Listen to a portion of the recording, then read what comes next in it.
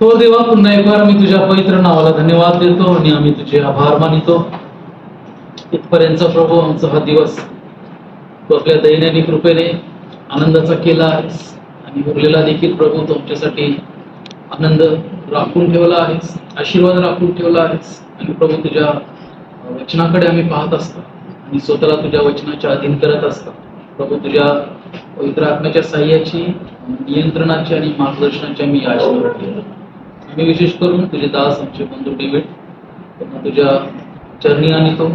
स्तंभाच्या आड त्यांना तू घे आणि प्रभू जे वचन आम्हासाठी राखून ठेवला, ज्या विषयावरती आम्ही अध्ययन आणि मनन करणार आहोत, तुझ्यातून आम्ही शिकणार आहोत, प्रभू त्या वचनाला मान्य करण्याचं, त्या वचनाचं स्वीकार करण्याचं मन आम्हा प्रत्येकाचं असू दे. नम्रतेमध्ये आणि खरेपणामध्ये प्रभू तुझ्या वचनाला प्राधान्य देऊन आम्ही त्याला खरेपणामध्ये आम्हाला ते स्वीकारता यावं. आणि प्रभू तुझं वचन आम्हाला आमच्या उणिवा, आमच्या गरजा दाखवून देऊन आणि त्यानुसार प्रभू आम्हाला आमच्या जीवनामध्ये सुधारणा घडवून आणता याव्या म्हणून आम्ही स्वतःला तुझ्या हाती स्वाधीन करू. आम्ही बोलणारे व आम्ही ऐकणारे सर्वजण प्रभू तुझ्या चरणी येतो. तू या दिवसाचा ताबा घे, या सत्रांचा तू ताबा घे आणि प्रभू सर्व मिळून आध्यात्मिक लाभासाठी तुझ्या नावाच्या गौरवास्तो आणि सहभागितेच्या आनंदासाठी मिळतो. धन्यवाद देतो, आभार मानितो. आम्हा सर्वांच्या प्रभू शारीरिक तापमानाची देखील तू काळजी वाहत आहेस आणि घेशील आणि एक चांगलं वातावरण तुझपासून आम्हाला प्राप्त होईल हा आमचा विश्वास आहे. वर्गवृक्षाला किती जरी बाहेरचं वातावरण तप्त आहे, परंतु त्यावरती देखील तू आपलं नियंत्रण राखशील. आणि प्रभू बाहेरचं वातावरण कसल्या प्रकारची सबक होऊ नये, जेणेकरून प्रभू तुझ्या वचनाकडे आमचं दुर्लक्ष व्हावं. आणि प्रभू सर्वजण स्वतःला तुझ्या चरणी आहे. धन्यवाद देतो, आभार मानितो. तो बरोबर आहेस, तसं अभिवचन तोमास देऊ केलं आहेस आणि त्या अभिवचनावरती विसंबून आम्ही तुझ्या हाती येतो. प्रार्थना आमचं उद्धारकारक प्रिय प्रभू येशू ख्रिस्त त्याच्या नावामध्ये केली आहे म्हणून तो आहे. हिंदी गीत नंबर 12 गाएंगे. हम यहोवा का धन्यवाद करें, अपने सारे हृदय से वंदना करें, उसके फाटकों में स्तुति करें और ललकारें,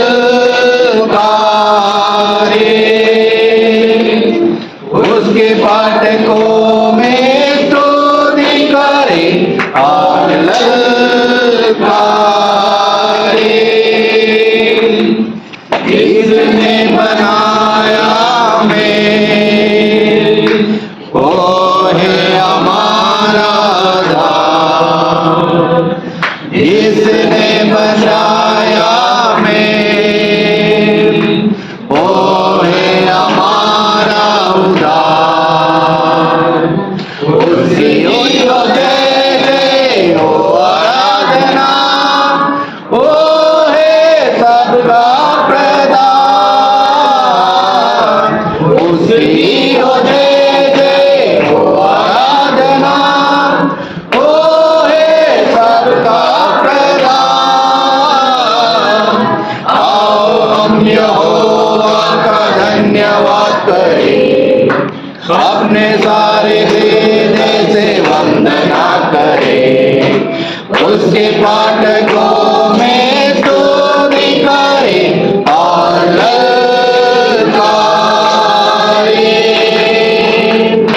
उसके फाटकों में स्तुति करें और ललकारें. अपने पूरे तन मन से हम उसकी महिमा करें,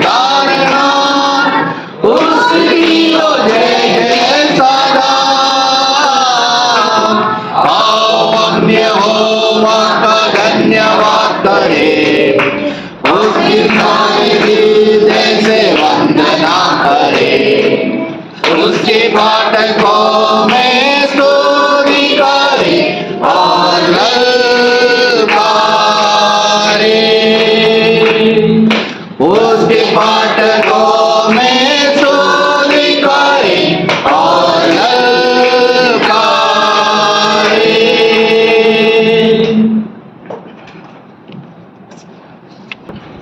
प्रभु को मैं धन्यवाद देना चाहता हूँ, ये सुंदर अवसर जो प्रभु ने हम सबको दिया, और ये सुबह का वक्त प्रभु ने अब तक संभाल के रखा है, और ये सुबह का वक्त जो परमेश्वर ने दिया, उस परमेश्वर के नाम की महिमा सदा सर्वकाल के रहे।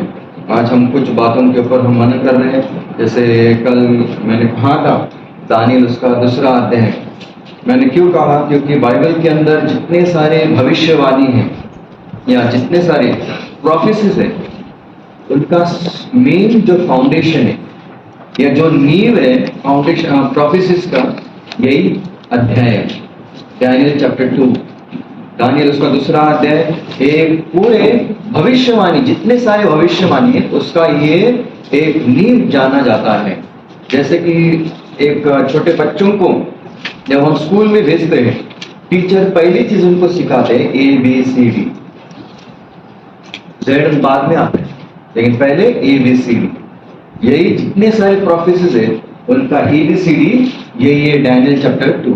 और उसके लिए कोई मेरे लिए रेवल्यूशन चैप्टर 12 वर्स 3 को मेरे लिए पढ़ेगा तो अच्छा होगा।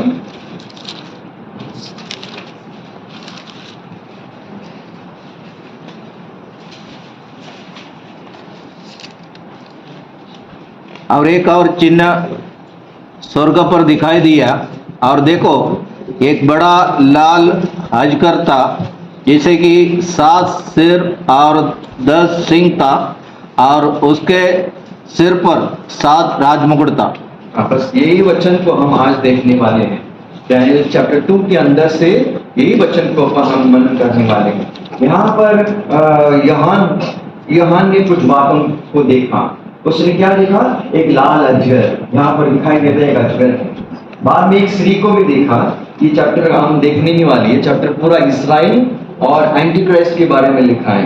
ये जो औरत है, ये औरत इस्राएल का प्रतीक दिखाई देती है, और उसके पीछे जो ये ड्रैगन दिखाई देता है, ये शैतान है। उस समय का आने वाले दिनों में जो एंटी क्राइस्ट है उसके बारे में ये ड्रैगन है, और किस प्रकार ये शैतान यानी एंटी क्राइस्ट इस इस्राएल के पीछे लगने वाला है, और किस प्रकार ये औरत ये भागने वाली है आगे आने वाले दिनों में। कहां पर भागने वाली है वो भी हम, अगर प्रभु की इच्छा है, जब इस्राएल के बारे में देखेंगे हम उसके ऊपर मनन करेंगे। लेकिन वहां पर लिखा है ये जो ड्रैगन है उसको 7 सर है।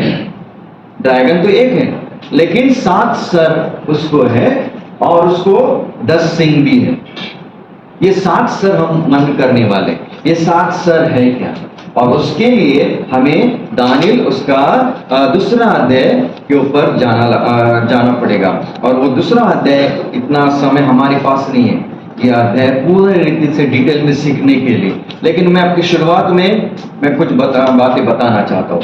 बाबलोन, जेरूसलम और बाबलोन, पूरे बाइबल के अंदर ये 2 महत्वपूर्ण नगर माना जाता है। बाबलोन की शुरुआत, उत्पत्ति उसके 11वें अध्याय से होती है, और उसका अंत बाइबल के अनुसार एक दिन होने वाला है।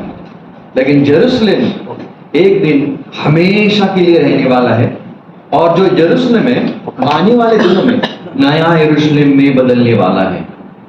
2 नगर, लेकिन एक का नाश होगा और एक नया होने वाला है।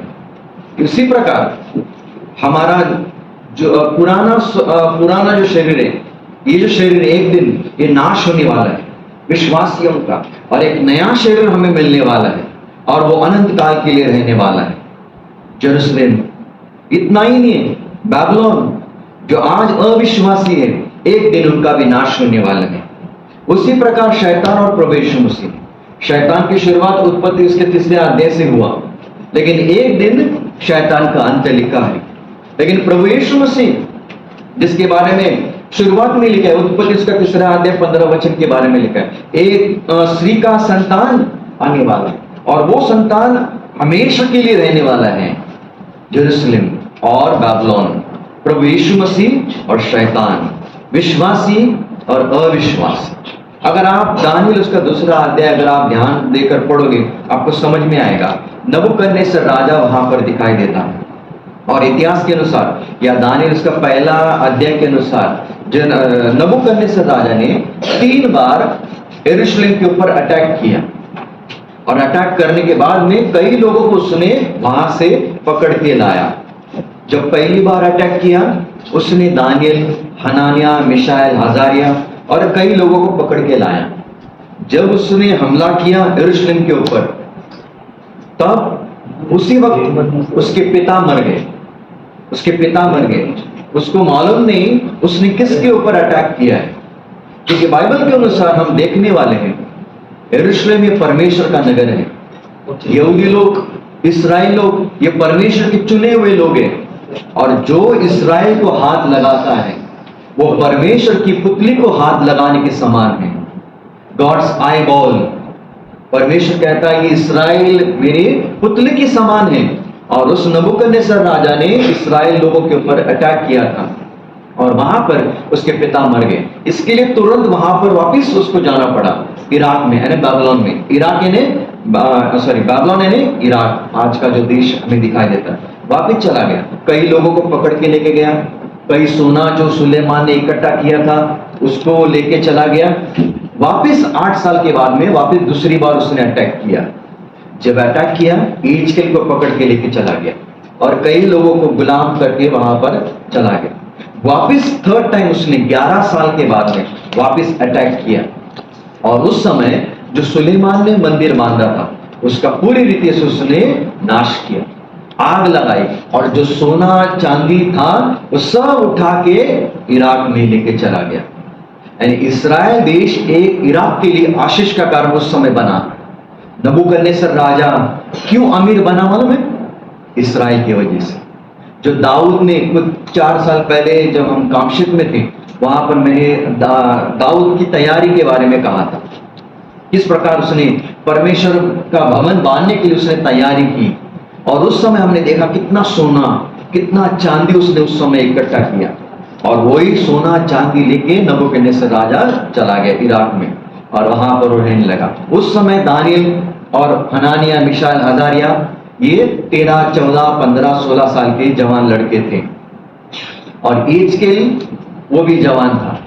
दानियल दरबार के अंदर काम करता था, और एजकेल जो गुलाम है वहां पर वो काम करता, बाहर यानी राजा के महल के बाहर एजकेल काम करता था, और दानियल की दरबार के अंदर उसकी सेवा थी। और दानियल की ट्रेनिंग 3 साल हमें दिखाई देता है। और उन 3 साल में नबूकदनेस्सर राजा को एक बार एक ड्रीम आया। उसने देखा, ये ड्रीम जो दिखाया था ये परमेश्वर ने उसको दिखाया।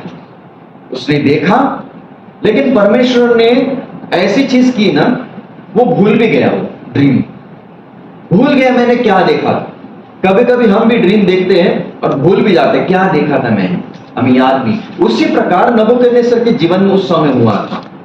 लेकिन परमेश्वर कितना महान है, एक अन्य जाति का व्यक्ति उसको चुना परमेश्वर ने ये बड़ा रहस्य प्रकट करने के लिए। जो आपके हाथ में जो चार्ट है वही उसने ड्रीम देखा था, ये ड्रीम उसने देखा।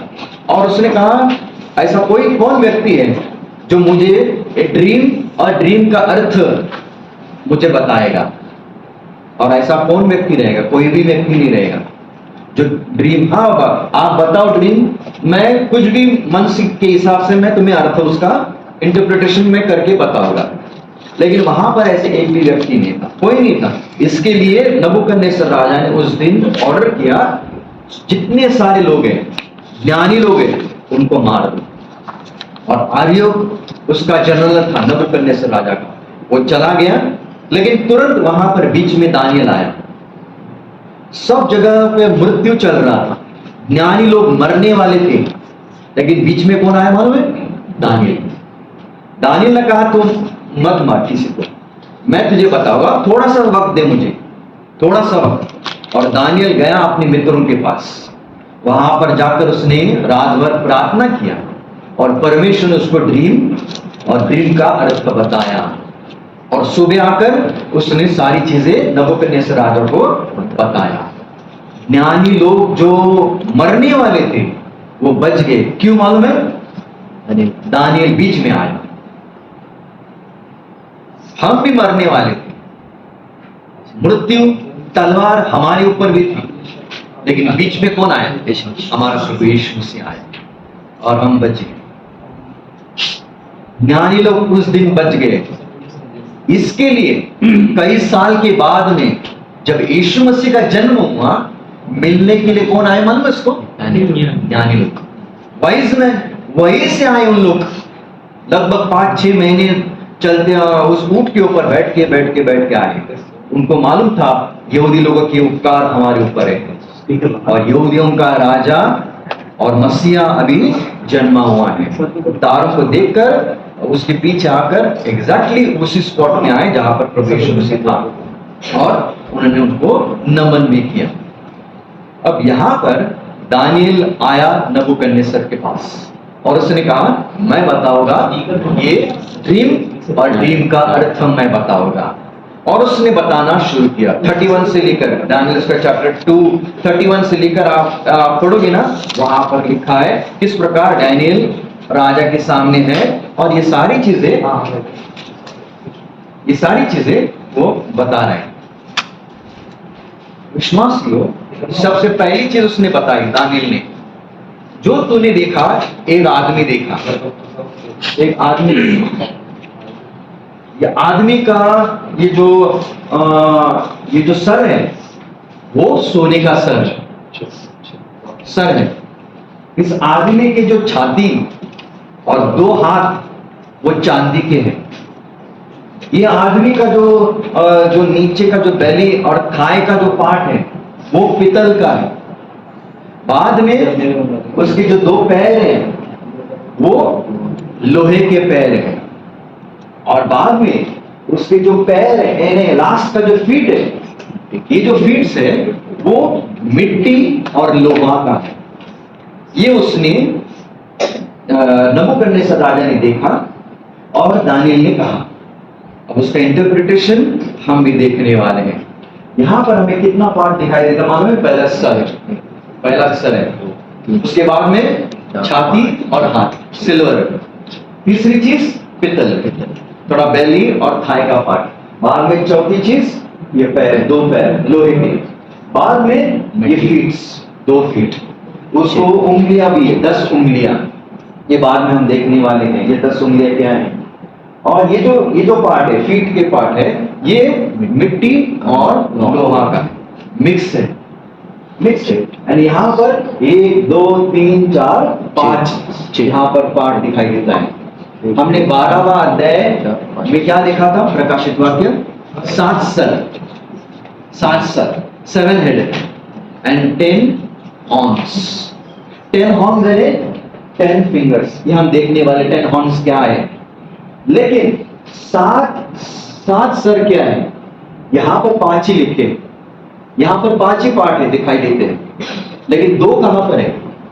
2 पहले हैं। इसके लिए हम उसके ऊपर हम मनन करने वाले, पहले 2 के ऊपर। ये फर्स्ट सेक्शन में अगर प्रभु की इच्छा रहेगी हम इस 2 के ऊपर हम मनन करने वाले, जो दानियल उसके दूसरे अध्याय के अंदर लिखे नहीं है, लेकिन हम बाद में देखने वाले हैं कहां पर लिखा है। ये सारे 7 सर कंबाइन करके पहली चीज इस पृथ्वी के ऊपर, पहला राज्य इस पृथ्वी के ऊपर आया वो है मिस्र देश।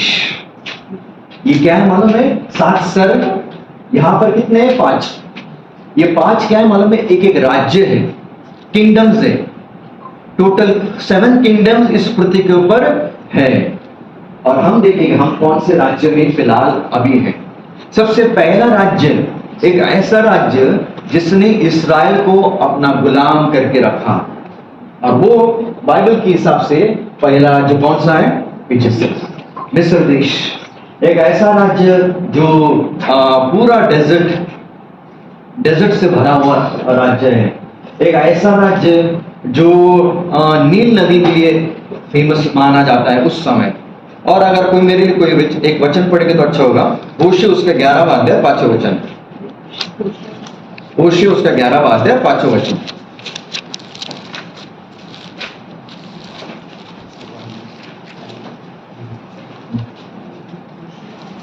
वो मिस्र देश में लौट ना पाएगा, असीर उसका राजा होगा किंतु उसने मेरी ओर देखने से इनकार कर दिया। यहाँ पर दो अलग अलग राज्यों का नाम लिखा है। पहला कौन सा है? इजिप्ट, मिस्र देश।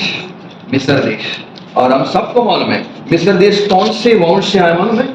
नोआ के 3 बेटे थे, शेम, हाम और याफेत। ये जो आया इजिप्ट, ये कहां से आया मालूम है? जेनेसिस 10:6 में क्या लिखा है? उत्पत्ति उसका 10वां अध्याय 6वां वचन।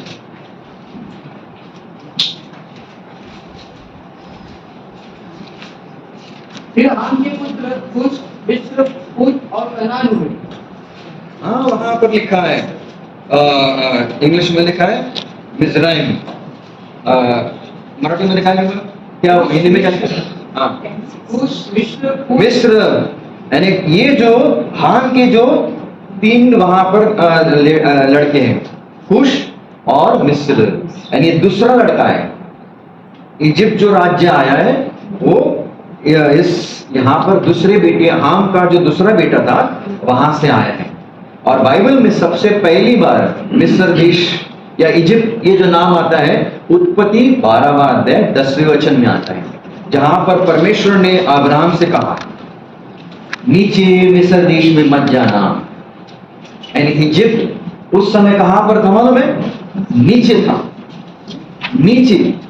और नीचे है ना, आत्मिक जीवन में भी नीचे कभी कभी हम जा सकते हैं, लेकिन परमेश्वर का वचन हमेशा कहता है नीचे मत जाना। आत्मिक जीवन में हमेशा वही पर रहना और आगे बढ़ते रहना और ऊपर धीरे धीरे जाते रहना। ये जो इजिप्ट है, ये उस समय एक अच्छा ऑर्गेनाइज देश माना जाता था।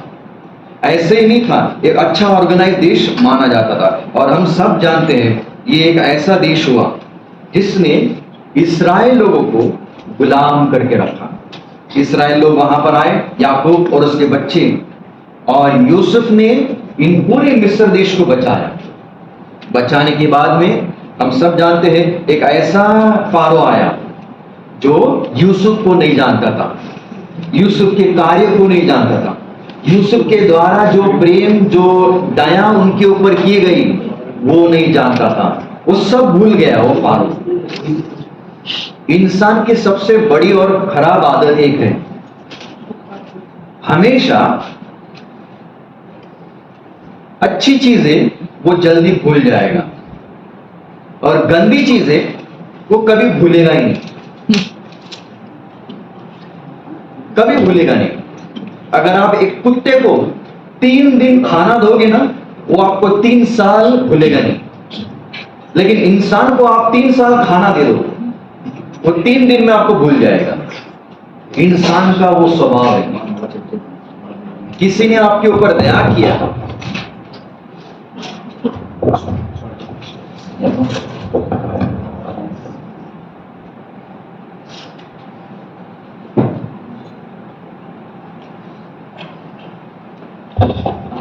किसी ने आपके ऊपर दया किया, प्रेम किया या कोई मदद की, इंसान वो जल्दी भूल जाएगा। लेकिन किसी ने आपको कुछ मारा, वो इंसान सालों साल याद करते रहेगा, याद करते रहेगा। लेकिन परमेश्वर का स्वभाव ऐसे नहीं। बाइबल के अनुसार प्रभु हमारा या परमेश्वर हमारा, हमारे जो भी गलत काम है वो सब भूलने वाला परमेश्वर है। जितने सारे हमारे पाप हैं वो सब पापों की क्षमा भी करने वाला हमारा परमेश्वर है। इतना दयालु, इतना प्रेम करने वाला हमारा परमेश्वर है। ये फारो और इजिप्ट के लोग ये भूल गए कई साल के पहले यूसुफ ने किस प्रकार हमारे ऊपर प्रेम किया था, और उन्होंने इस्राएल लोगों को उस समय अपना गुलाम करके रखा, गुलाम करके रखा। अगर आप देखोगे ना, इजिप्ट के उनके ऑर्डर्स थे, सबसे ऊपर वाला पोजीशन था फारो, उसके ऊपर कोई नहीं था। उसके नीचे ये 3 थे, वो है उनके ज्ञानी लोग, याजक लोग जो मंदिर में जाते थे उस समय, और उनके जो जादू करने वाले लोग, ये 3 उनकी कैटेगरी थी गवर्नमेंट। उसके नीचे उनकी आर्मी, उनकी सेना भी रहती थी। उसके बाद में लिखने वाले लोग, राइटर उस समय थे, वो रहते थे। उसके बाद में जो उसके बाद में जो बिजनेस करने वाले लोग, खेत में काम करने वाले लोग वो रहते थे। बाद में जो आर्टिस्ट रहते थे, क्राफ्टमैन, ऐसे उनका वो ये प्लेस था। बाद में जो खेत में काम करने वाले लोग, जो गरीब किसान हैं, वो रहते थे। और अंत में दास, गुलाम, अंत में गुलाम थे। यानी इस्राएल लोग कहां पर आए मालूम है? यहां पे सबसे नीचे आए। और बाइबल के अनुसार हम सब जानते हैं, उत्पत्ति उसका 46वां अध्याय और 34 वचन के अनुसार ये इजिप्ट के लोग हैं ना, जो शेपर्ड्स हैं, उनकी वो घृणा करते थे। घृणा करने वाले लोग थे शेपर्ड्स के। यानी ये इस्राएल लोग इस जगह पे आए, इस जगह पे परमेश्वर ने उनको क्या बनाया था? ऊंचा, लेकिन सबसे नीचे आए मिस्र देश में। लेकिन यहीं पर परमेश्वर ने कितना महान काम किया। कुछ साल के पहले यहां से उठाकर परमेश्वर ने जो शेपर्ड, जो सबसे घृणा करने वाले थे, यहां से यूसुफ को उठाकर कहां पर लाके रखा मालूम है? फारो और गवर्नमेंट के बीच में, फारो और गवर्नमेंट के बीच में वहां पर लाके रखा परमेश्वर ने यूसुफ को। ये परमेश्वर एक को ऊंचा करने वाला भी परमेश्वर है और नीचे लाने वाला भी परमेश्वर के हाथ में ही है। यूसुफ ने शत्रुओं के देश में, एक अन्य जाति के देश में परमेश्वर ने यूसुफ को इतना बड़ा पोजीशन दिया। आज भी इस पृथ्वी के ऊपर ऐसे ही बड़ी बड़ी पोजीशन है, लेकिन उस पोजीशन मिलने के बाद में भी यूसुफ कहां पर था? में एक नम्र व्यक्ति जाना जाता था उस समय में। अब मुझे कोई मालूम नहीं था, सिस्टर इतनी बड़ी जज है। लास्ट 4 साल के पहले हम कैंप में थे ना, मुझे भी नहीं मालूम था, मुझे लग रहा था कि टीचर है। बाद में कुछ साल के बाद में ब्रदर हमारे कलीसिया में आए, बाद में बोलते बोलते मम्मी ने कहा वो तो जज है, मुझे भी नहीं मालूम था। यानी इतने बड़े होके भी कितने नंबर है। नंबर होना बहुत जरूरी है, क्योंकि परमेश्वर के हाथ में है। परमेश्वर एक को ऊंचा करता है और परमेश्वर ही नीचे लाता है। जिस स्थान में हो वहां पर परमेश्वर की महिमा होनी जरूरी है। जिस स्थान पे हो वहां पर परमेश्वर का नाम ऊंचा होना बहुत जरूरी है। जहां पर परमेश्वर रखा है, दानियल को भी कितना ऊंचा परमेश्वर ने लिया उसके राज्य में। लेकिन इस्राएल लोग कुछ साल के बाद में नीचे आए और लगभग हम सबको मालूम है, लगभग 400 साल इस्राएल लोग इजिप्ट के गुलाम बन के रहे। यहाँ पर मैंने लिखा है कितने साल, वहां पर मैंने शुरुआत में लिखा है, यानी 1520 से लेकर 722, यानी लगभग 778 साल इन्होंने राज्य किया। आपका जो चार्ट है मैंने वहां पर लिखने के लिए मैं शायद भूल गया, वहां पर आप लिख सकते हो। उसके पहले इजिप्ट, उसके पहले आप 778 साल देखोगे, फिर बाद में आप देखेंगे कितने साल ये इजिप्ट में किस प्रकार था कि इजिप्ट के अंदर आज भी हम रह रहे हैं। यानी 778 साल इन्होंने इस्राएल को गुलाम करके रखा है। ये जो मैंने अभी कहा था कि 46-34 के अंदर यहूदी लोग शेपर्ड्स, वहां पर उन लोग घृणा करने वाले लोग रहते थे। लेकिन बाइबल के अनुसार साम 113:7 के अनुसार और 1 सैमुएल 2:7 and 8 के अनुसार परमेश्वर ऊंचा करता है और परमेश्वर ही नीचे लाने वाला ये परमेश्वर है। कुछ बातों को मैं लूंगा नहीं, लेकिन ये इजिप्ट एक चीज के लिए उस समय माना जाता है, क्रेडिट हम उनको दे सकते हैं, वो है इसके लिए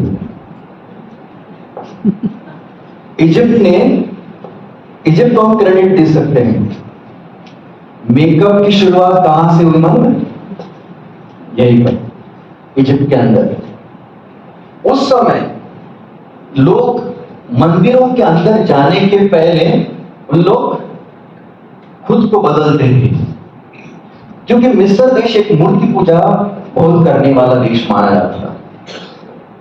मक्खी वो भी उनका दैवत है, छिपकली वो भी उनके लिए दैवत है, सांप वो भी उनके लिए दैवत है, यानी नदी वो भी उनके लिए दैवत है, सूरज वो भी उनके लिए दैवत है। उनके लिए सब दैवत है। जो उनको नेचर में दिखाई देता है जो परमेश्वर ने बनाए हैं वो सब उस समय उन लोग उसकी पूजा करते थे। और उनके कई ऐसे अलग अलग प्रकार के दैवत उस समय रहते थे। और इसके लिए जब उन लोग मंदिर में जाते थे तब उन लोग खुद को बदलते थे। और बाइबल में हमें दिखाई देता है मेकअप करने वाली एक औरत, और वो उसने खुद को मेकअप किया। बाद में उसने अपना बालों का भी अलग रीति से टाई किया और बाद में खिड़की से वो देखने लगी और उसी प्रकार वो नीचे गिरे, उसको नीचे डाला गया। और बाद में क्या हुआ? मन में कुत्ते ने उसको खाया,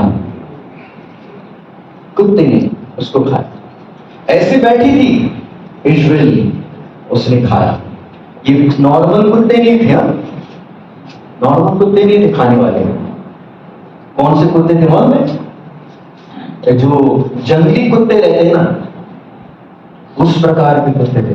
और जंगली कुत्ते लायन जब खाता है ना, अटैक करता है ना, पहले वो लोग को या जानवरों को मारता है, बाद में खाते रहते हैं। लेकिन ये जंगली कुत्ते हैं ना, जिंदा सिर्फ मांस लेते, खींचते हैं। और उस प्रकार उसका भयानक रीति से, सबसे क्रूर रीति से उसका उस समय मृत्यु वहां पर आया और मर गई। उसका आखिरी दिन वहां पर था। उस समय हम लोग स्त्रियां मेकअप करते थे, सिर्फ स्त्रियां नहीं, लेकिन उस समय लोग यानी आदमी लोग भी मेकअप करते थे अलग अलग प्रकार के। और ये मेकअप करने के लिए इजिप्ट के लिए लगभग एक व्यक्ति के लिए 5 से 6 घंटे लगते थे।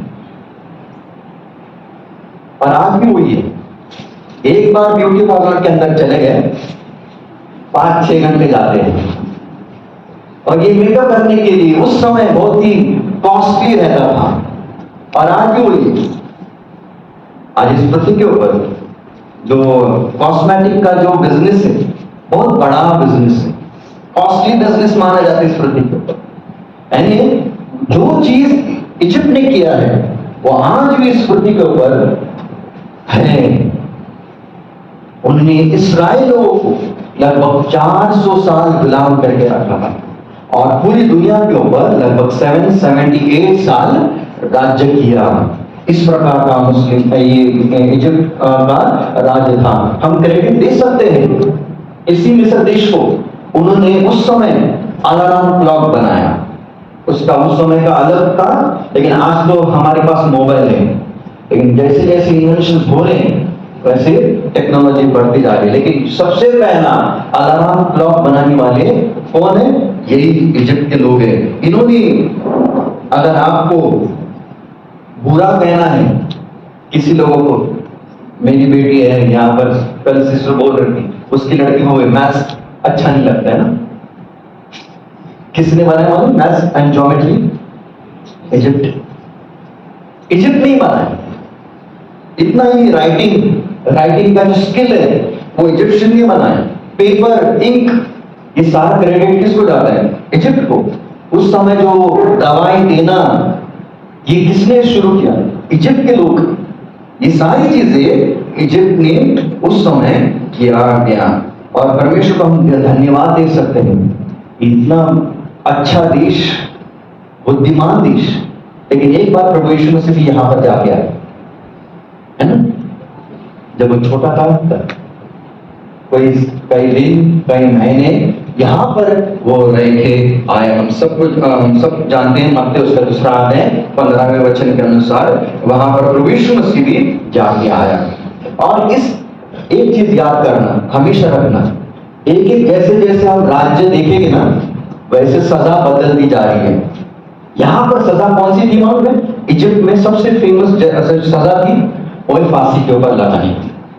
इसके लिए यूसुफ के जेल के अंदर 2 लोग थे, एक को छोड़ा गया, दूसरों को फांसी लगाई।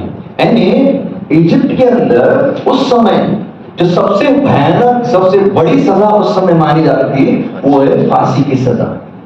ये पहला राज्य जहां पर दानियल उसके 2 अध्याय के अंदर लिखा नहीं है। ये पहला सर इजिप्ट। अब दूसरा स्तर हमें दिखाई देता है, जैसे हमने ओशे उसका 11वें अध्याय के अंदर देखा, वहां पर भी दूसरा नाम आता है आशेरा का। आशेरा इजिप्ट के ऊपर जैसे जैसे और आगे बढ़ते गए, आफ्टर 778 साल में आशेरा के लोग आए और उन्होंने इजिप्ट के ऊपर हमला किया और उनका राज्य निकाला। और इस पृथ्वी के ऊपर और एक राज्य आया जिसका नाम बाइबल में लिखा है, वो है आशेरा, आशेरियंस। मोशे उसका 11वां अध्याय 5वें वचन के अनुसार हमने देखा, पहला इजिप्ट नाम है, बाद में आशूर, आशूरियन, आशेरियन। अब ये आशेर के जो वंश है वो कौन से कौम से आए? उत्पत्ति उसका 10वां अध्याय 22वें वचन को मेरे लिए पढ़िए।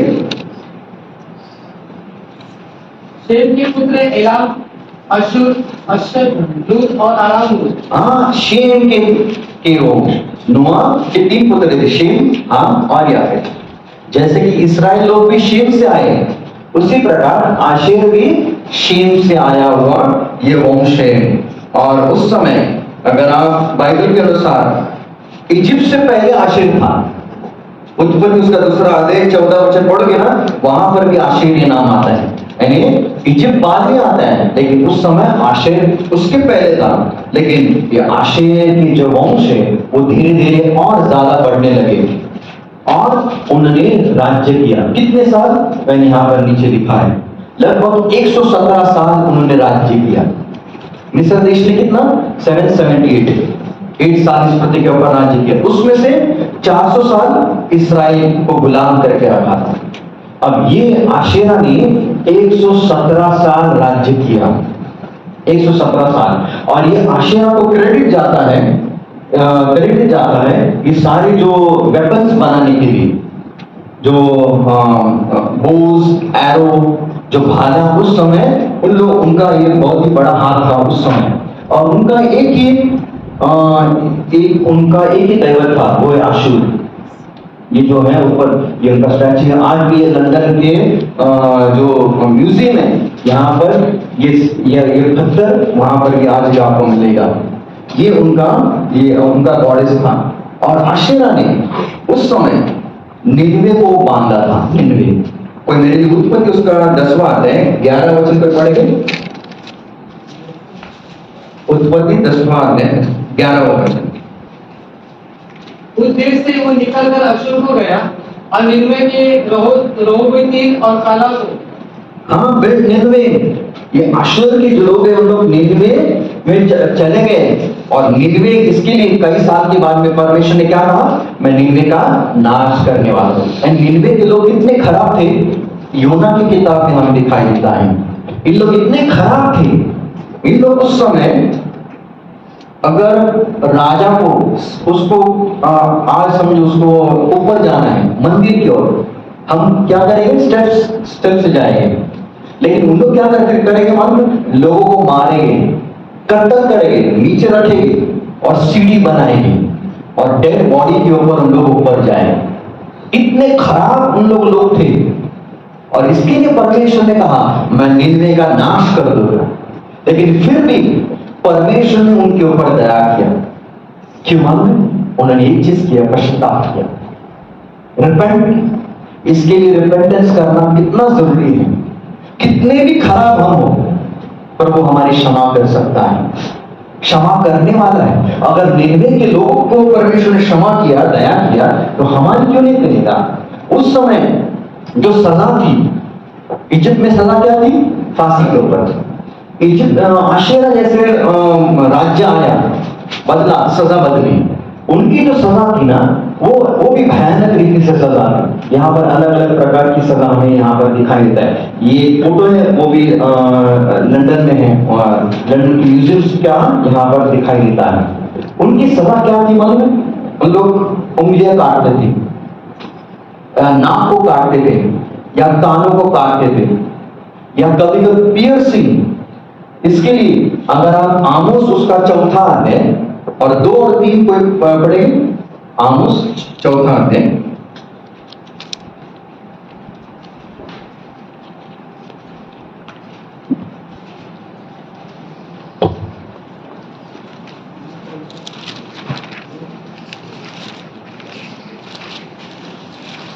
परमेश्वर यहोवा अपनी पवित्रता की शपथ खाकर कहता है, देखो तुम पर ऐसे दिन आने वाले हैं कि तुम कांटों से और तुम्हारी संतान मछली की बंसियों से खींच ली जाएगी। कांटों से, जैसे मछली को हम हुक से पकड़ते हैं वैसे मैं पकड़ूंगा, ये परमेश्वर कहता है। उसी प्रकार उस समय भी इस प्रकार की सजा थी।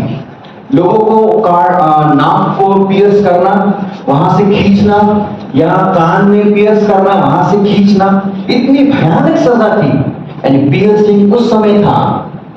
लेकिन आज इस पृथ्वी के ऊपर क्या हो रहा है मालूम है? पनिशमेंट भी पूरी रीति से बदल गए हैं और फैशन हो गया है पियर्सिंग। भारत देश में इतना नहीं चल रहा है, लेकिन बाहर के देश में ये सारी चीजें हो रही हैं।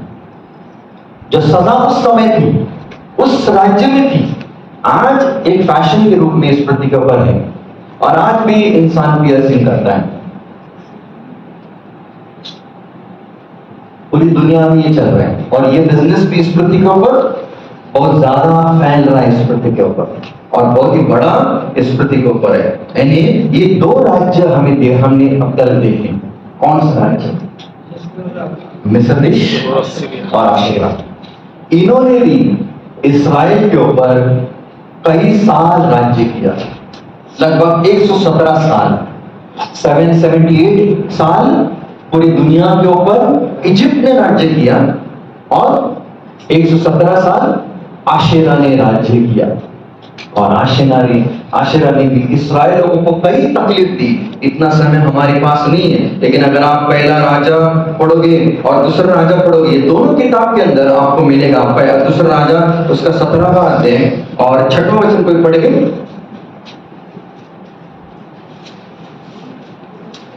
Second king 17:6।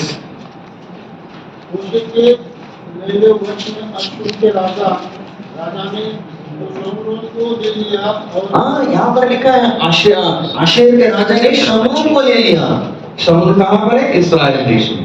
यानी इन्होंने भी इस्राएल के ऊपर राज्य किया और कई साल उन्होंने राज्य किया, और इस्राएल लोगों को कई सताया उन्होंने, कई सताया। लेकिन फिर भी परमेश्वर ने उनके ऊपर दया किया, अनुग्रह किया, और क्योंकि उन्होंने पश्चाताप किया जोना किताब के अंदर, और परमेश्वर ने मारने वाला था लेकिन उनको नया जीवन दिया। और उन्होंने राजा से मिलकर छोटे बच्चे तरह उन लोग आए, प्रार्थना किया, फास्टिंग किया, और उन्होंने पश्चाताप किया, और परमेश्वर ने अपना प्लान बदला। नाश करने वाला परमेश्वर, अभी उन परमेश्वर उनको एक नया जीवन दिया। वही परमेश्वर आज भी हमारे संग है, आज भी हमारे साथ है। जो परमेश्वर आज लोगों को जीवन देता है, लोगों को आज जीवन देने का अधिकार सिर्फ परमेश्वर के ऊपर है। आज भी हम जीवित हैं, क्यों मालूम? क्योंकि उसके कारण हम कुछ नहीं, लेकिन परमेश्वर हमारे संग है और हमारे साथ है। इसके लिए आज हम यहाँ पर जीवित हैं और सांस भी ले रहे हैं। इससे परमेश्वर की दया और परमेश्वर का अनुग्रह है। जिस प्रकार हमने देखा प्रकाशित वाक्य 12वां अध्याय, और अगर प्रभु की इच्छा रहेगी तो हम नेक्स्ट सेक्शन में देखेंगे दानिएल उसके दूसरे अध्याय के अंदर। पहला राज्य मैंने जो भी कहा ये कहने के लिए शायद 3-4 घंटे लगते थे, क्योंकि हमारे पास इतना समय नहीं है, कुछ और दूसरी भी बातें मुझे कहनी है। इसके लिए मैं थोड़े रफली मैं आपको आगे दे रहा हूँ। पहला राज्य कौन सा? इजिप्ट। ये पहला सर है जिन्होंने इस्राएल के ऊपर 778 साल राज्य किया। दूसरा राज्य आशेरा, उसने 117 साल राज्य किया इस्राएल के ऊपर। अब यहाँ पर एक चीज याद रखना, पहले राज्य में पनिशमेंट क्या था? फांसी की सजा। जैसे राज्य बदला सजा बदली, और कौन सी सजा आई? पियर्सिंग, उंगली काटना, कान काटना, नाक काटना। इस प्रकार लोग मारते थे, और लोगों को मारना, गर्दन को काटना, उस प्रकार की सजा वहां पर थी। हम देखेंगे आज कौन सी सजा है आगे के दिनों में। थोड़ा सा एक ब्रेक लेंगे, बाद में हम थर्ड राज्य के ऊपर जाएंगे। जो थर्ड राज्य है, शायद जो कहने वाला हूं मैं, कई लोग एक्सेप्ट नहीं करेंगे, लेकिन क्योंकि कई लोग हम उसके अंदर इन्वॉल्व भी हैं, क्रिश्चियन लोग भी, और देख कितना भयानक आज इस पृथ्वी के ऊपर हो रहा है, और हम भी उसके अंदर इन्वॉल्व हैं इसके लिए, क्योंकि जो हम देखने वाले हैं वो मेरी आइडिया नहीं, मेरा दिमाग नहीं, जो भी हम सीखने वाले हैं नेक्स्ट सेक्शन में, वो बाइबल में हम पढ़ने वाले हैं, वचन पढ़ने वाले हैं, और उसमें सीखने वाले हैं क्या आज इस पृथ्वी के ऊपर उसके अंदर मैं और आप इन्वॉल्व है क्या, इन्वॉल्व है क्या? अगर इन्वॉल्व है दूर हो जाओ।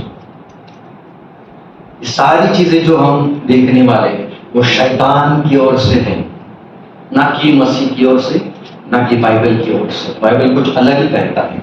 आने वाले दिनों में प्रभु करे ये दो राज्य के बारे में हम सीखे, उसके ऊपर और मन करने के लिए हम सबकी सहायता करें, मदद करें। हमने अब तक दो राज्यों के ऊपर देखा, इजिप्ट और आशेरा, मिस्र देश और आशेरा, और ये दोनों ने इस पृथ्वी के ऊपर उस समय राज्य किया और इस्राएल लोगों को अपना गुलाम करके रखा है। और किस प्रकार अलग अलग प्रकार की उस समय जो सजा थी वो भी हमने देखा। आइए हम अभी दानिएल की किताब उसका दूसरे अध्याय के ऊपर मनन करेंगे और वहां पर हम देखेंगे ये स्टैच्यू के ऊपर हम तीसरे राज्य के ऊपर आएंगे। तीसरा राज्य है इस अध्याय में, ये पहला राज्य आएगा। पहले दो इजिप्ट और आशेरा, ये यहाँ पर लिखा नहीं है, लेकिन उसके पहले ये दो होके चले गए। जब दानिएल अभी बता रहे हैं, इंटरप्रिटेशन कर रहा है। आइए हम दानिएल उसका दूसरा अध्याय और उसके ऊपर हम मनन करेंगे। दानिएल उसका दूसरा अध्याय 31 और 32 वचन पर मेरे लिए पढ़ेंगे। Daniel chapter 2 verse 31 and 32। हे राजा, जब तू देख रहा था तब एक बड़ी मूर्ति देख पड़ी, और वो मूर्ति जो तेरे सामने खड़ी थी वो लंबी चौड़ी थी, उसकी चमक अनुपम थी और उसका रूप भयंकर था। उस मूर्ति का सिरे तो शुद्ध सोने का था, उसकी छाती और उसकी भुजाएं चांदी की, उसका पेट और जांघें पीतल की। हाँ, बस ये जो दानिएल ने बताया, ये नबूकदनेस्सर ने क्या देखा है वो बता रहा है। तूने इस प्रकार की मूर्ति देखी, ये दानिएल बता रहा है। अब इसे इंटरप्रिटेशन 36 से लेकर आपको 38 तक मिलेगा। ये स्वप्न है, और अब हम उसका अर्थ राजा को समझा देते हैं। हे राजा, तू तो महाराजाधिराज है। हाँ, बस हे राजा, तू तो राजाओं का राजा है, राजाओं का राजा। बाइबल में सिर्फ दो ही राजा है जिनको ये टाइटल मिला है, राजाओं का राजा, किंग ऑफ किंग्स। वो है नबूकदनेस्सर राजा, और दूसरा हमारा प्रभु यीशु मसीह। बाकी किसी राजा को मिला नहीं है टाइटल। लेकिन यही अध्याय अगर आप अंत में पढ़ोगे, नबूकदनेस्सर राजा आखिरी में कह रहे हैं कि तेरा परमेश्वर जो है वही है राजाओं का राजा। यानी आखिर में नबूकदनेस्सर राजा ने भी कन्फेस किया, मैं राजा भी राजा नहीं हूं। कौन है? तेरा परमेश्वर वही है। और एक चीज मैं बता सकता हूं कि नबूकदनेस्सर राजा आज स्वर्ग में है, स्वर्ग में है। हम बाद में देखेंगे किसके लिए और क्यों वो स्वर्ग में चला गया, उसके बारे में भी हम बाद में देखने वाले हैं। यानी परमेश्वर ने इस नबूकदनेस्सर राजा को बताया। आइए हम इसके ऊपर हम मनन करेंगे। सबसे पहली चीज यहाँ पर क्या कह रहा है, उसके बाद में क्या लिखा ब्रदर? 37। हे राजा, तू तो महाराजाधिराज है, क्योंकि स्वर्ग के परमेश्वर ने तुझको राज, सामर्थ, शक्ति और महिमा दी। 37 पढ़ा। 38। और जहाँ कहीं मनुष्य पाए जाते हैं वहाँ उसने उन सभी को और मैदान के जीव जंतु और आकाश के पक्षी भी तेरे वश में कर दिए। यानी ये राजा कितना बड़ा उस समय था, इसका अधिकार, इसका पावर, इसका स्ट्रेंथ, इसका सामर्थ्य दिखाई देता है। दानिएल कन्फेस कर रहा है कि तू इतना बड़ा राजा है, इसके लिए वो किंग ऑफ किंग्स उसको टाइटल दे रहा है। लेकिन आखिर में उसने कन्फेस किया कि वही परमेश्वर है जो जीवित परमेश्वर है, मैं नहीं हूं। और ये जो राजा है, और दानिएल ने क्या कहा वहां पर, तू सर है। सोने का सर कौन है मालूम है? तू है। और ये जो सोना का जो सर है, यानी जो आपके चार्ट में जो सर दिखाई देता है, वो कौन है मालूम है? तू है। तू है नबूकदनेस्सर राजा। नबूकदनेस्सर राजा है राजा नहीं, बाबुलोन, बाबुलोन का किंगडम। मैंने उसके सामने वचन भी डाले रहेंगे, वहां पर या बाद में पढ़ना कि जो हेड ऑफ गोल्ड, सोने का जो सर है, वो कौन है मालूम है? बाबुलोन का राज्य। और ये बाबुलोन का राज्य ने लगभग उस समय लगभग 66 साल उस समय राज्य किया, 66 साल। और इन्होंने इस पृथ्वी के ऊपर उस समय बहुत बड़े पैमाने के ऊपर राज्य किया। रिच, सोना हमें क्या दिखाई देता है? एक अमीर का प्रतीक दिखाई देता है, गोल्ड, यानी कितना बड़ा।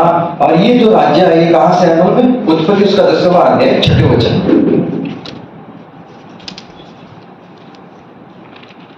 10:6। फिर आम के पुत्र कूश, मिस्र, कूश और कनान हुए। हाँ, वहां पर हाम के पुत्र, ये जो बाबुलोन के जो लोग आए ना इस पृथ्वी के ऊपर, यानी इराकी लोग, वो ये हम के वंश से आए। हम भी भारत देश में कौन से वंश से आए? हाम के वंश। उसी वंश से आज भी हम इस पृथ्वी के ऊपर है, यानी हाम से ये बाबुलोन के लोग आए। अब बाबुलोन की शुरुआत नबूकदनेस्सर राजा से नहीं होती, जब हमें दानिएल 2 अध्याय के अंदर है, लेकिन उसकी शुरुआत कहां से होती मालूम है? उत्पत्ति की किताब से। वहां पर एक राजा था, और 10वां अध्याय, उत्पत्ति 10वां अध्याय 8, 9 और 10। उसके वंश में निम्रोद भी हुआ।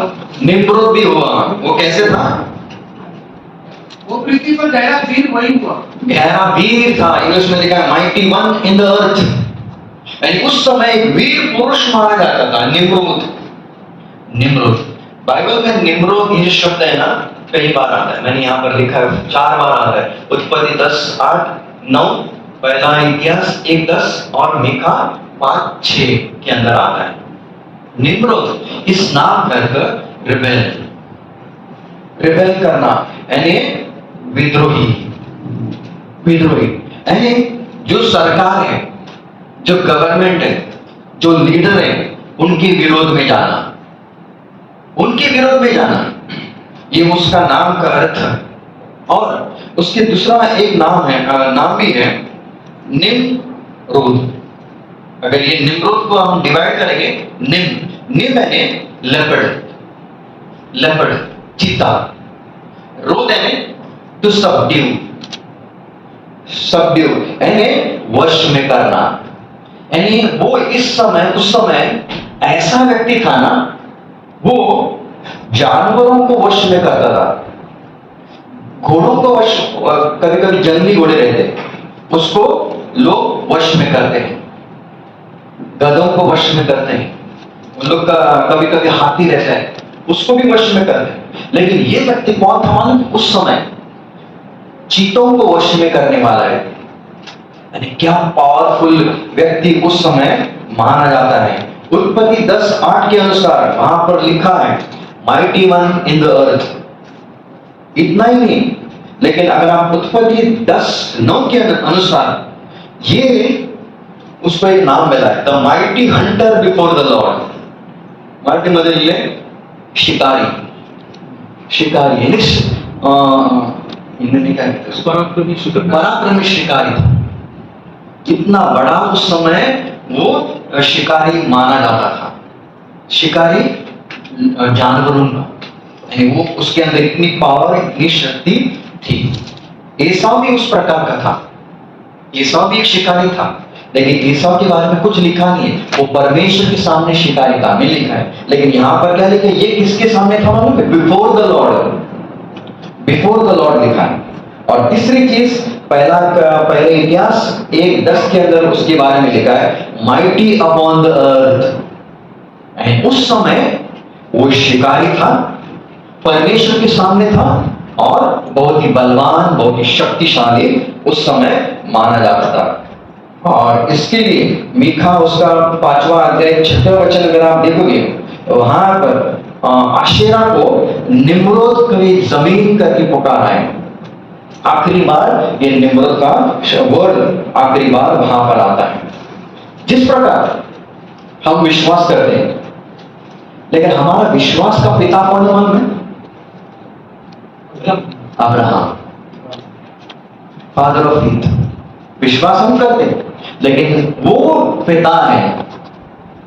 इस पृथ्वी के ऊपर कई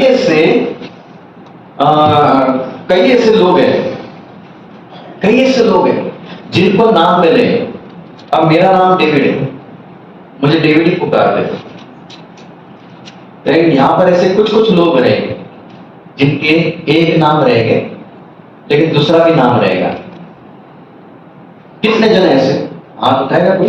2 नाम है, सिस्टर है, मेरी बेटी भी है, उसका नाम जेमाइमा है, कई लोग उसको जम्मू करके पुकारते हैं।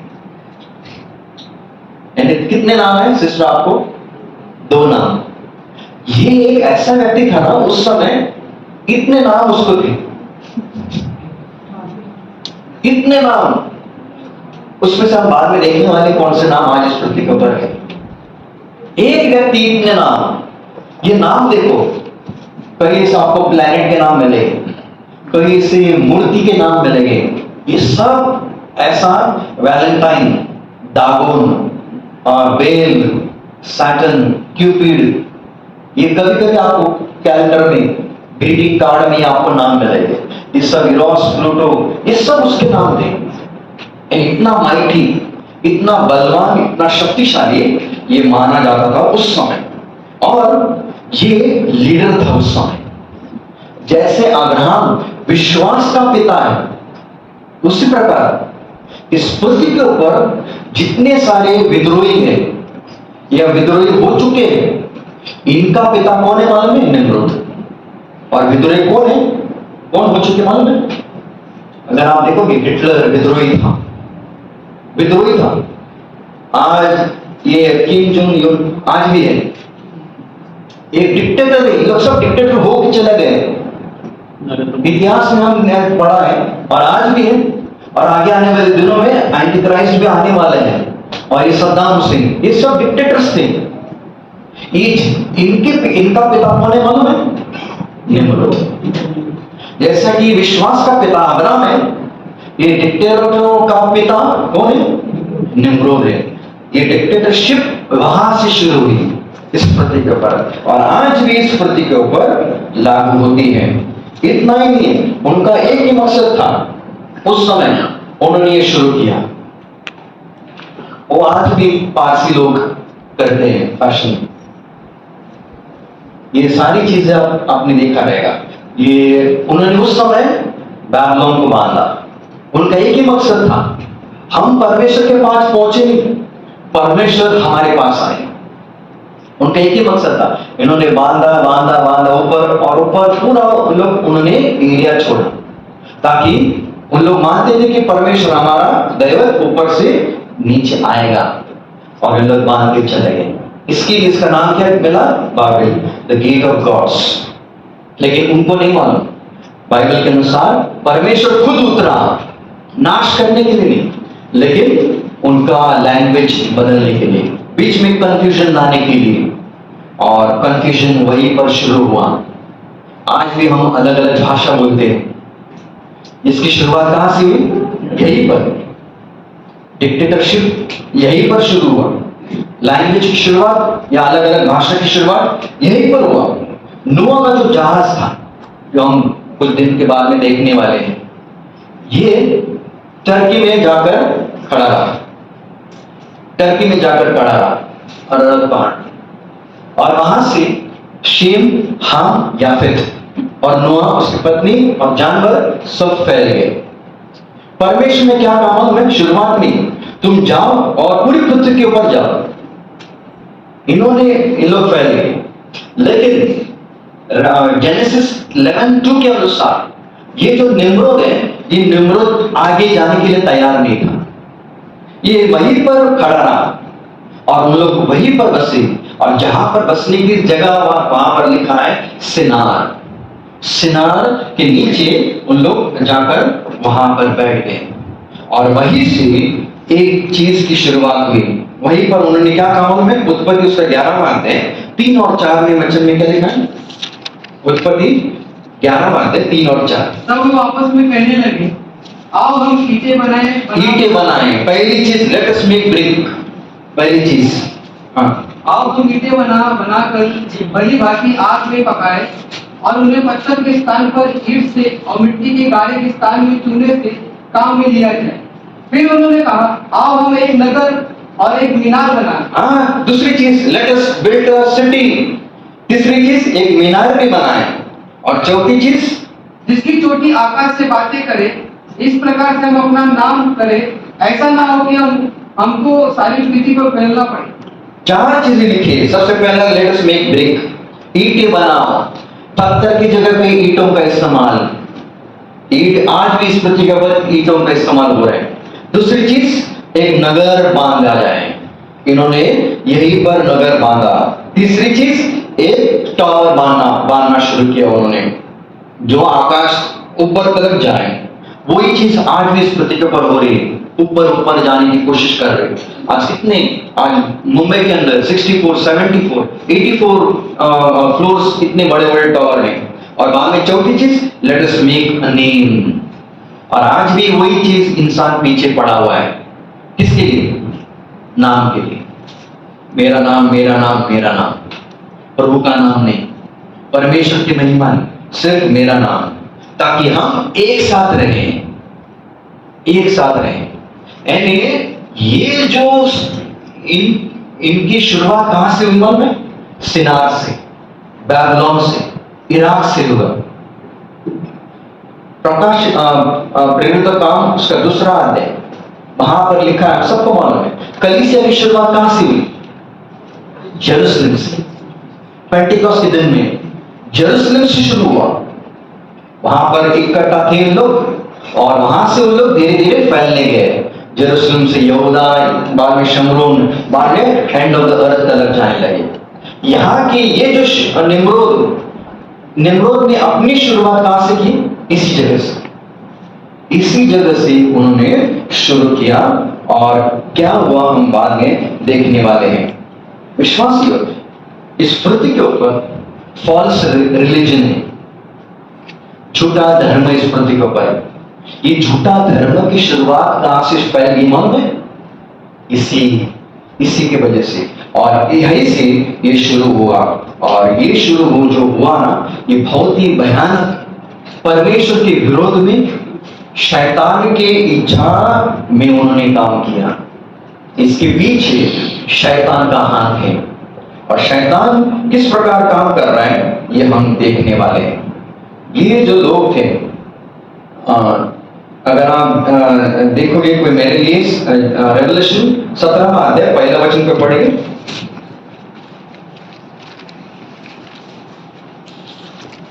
जिन 7 स्वर्गदूतों के पास वो 7 कटोरे थे, उनमें से एक ने आकर मुझसे ये कहा, इधर आ, मैं तुझे कुछ बड़ी वेश्या का दंड दिखाऊंगा, जो बहुत से पानी पर बैठी। बहुत से पानी के ऊपर बैठी हुई है। कौन है?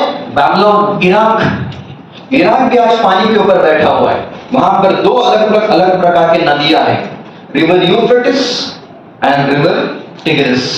ये 2 नदियां हैं इराक के अंदर, जिनको जो पानी सप्लाई वहां पर होता है। और यहीं पर उन लोग बैठे, वहीं पर उन्होंने डेरा रखा। और इराक के अंदर, इराक बाइबल के अंदर ईडन, जो ईडन की वाटिका थी, वो कहां पर थी मालूम है? इराक के अंदर। इराक के अंदर वहां से परमेश्वर उनको बाहर निकाला और वहीं पर निम्रोद आके अपना डेरा रखा। और वहीं पर से एक चीज इस पृथ्वी के ऊपर शुरू हुई, और वो है झूठे सीखी, झूठे चीज की इस पृथ्वी के ऊपर शुरू हुई। कलीसिया की शुरुआत उत्पत्ति एक्ट्स चैप्टर 2 से हुआ दिखाई देता है। और प्रभु का वचन कहता है, तुम जाओ सुसमाचार बताओ यरूशलेम, यहूदा, शमरून और अंत तक। कैसे देखा? वहां पर मैंने लिखा है कलीसिया यरूशलेम शुरू, यहूदा, शमरून और पूरी पृथ्वी के ऊपर आज टिटवाला, आज हैदराबाद, पूरी दुनिया में आज फैल रहे हैं कलीसिया। उसी प्रकार जैसे कलीसिया यरूशलेम से शुरू हुआ और यरूशलेम से फैलने लगी, उसी प्रकार झूठा धर्म भी फैलने लगा है। और इसकी शुरुआत कहां से हुई मालूम है? बाबिलोन, इराक से, सिनार पर्वत से शुरू हुआ। और इसके पीछे शैतान का हाथ बहुत बड़ा है। और किस प्रकार हुआ वो हम देखने वाले। फॉल्स रिलीजन, इस पृथ्वी के ऊपर आज कितने सारे धर्म हैं, कितने सारे धर्म हैं। इनकी शुरुआत कहां से हुआ मालूम है? आप कहोगे अभी 100 साल के पहले ही चालू हुआ। नहीं, सबकी शुरुआत उत्पत्ति से हुआ। निम्रुद, सिनार, वहां से हुआ। निम्रुद ने इसकी शुरुआत की। ये निम्रुद की पत्नी थी, हम बाद में देखने वाले उन वचनों के ऊपर। उसका नाम सिमरनस, और उसको बेटा हुआ, और बेटे का नाम उसने तामुज रखा, तामुज। और ये जो सिमरनस थी, उसने किसी से सुना होगा। उत्पत्ति उसका 10वां अध्याय 15वां पद, क्या है लिखा? हम सबको मालूम, एक स्त्री का एक बीज आने वाला है। कौन है वो? प्रभु यीशु मसीह आने वाला है। ये पहला प्रॉमिस, पहला अभिवचन, पहला वहां पर यीशु मसीह के बारे में लिखा है। जेनेसिस 3:15 में क्या लिखा है?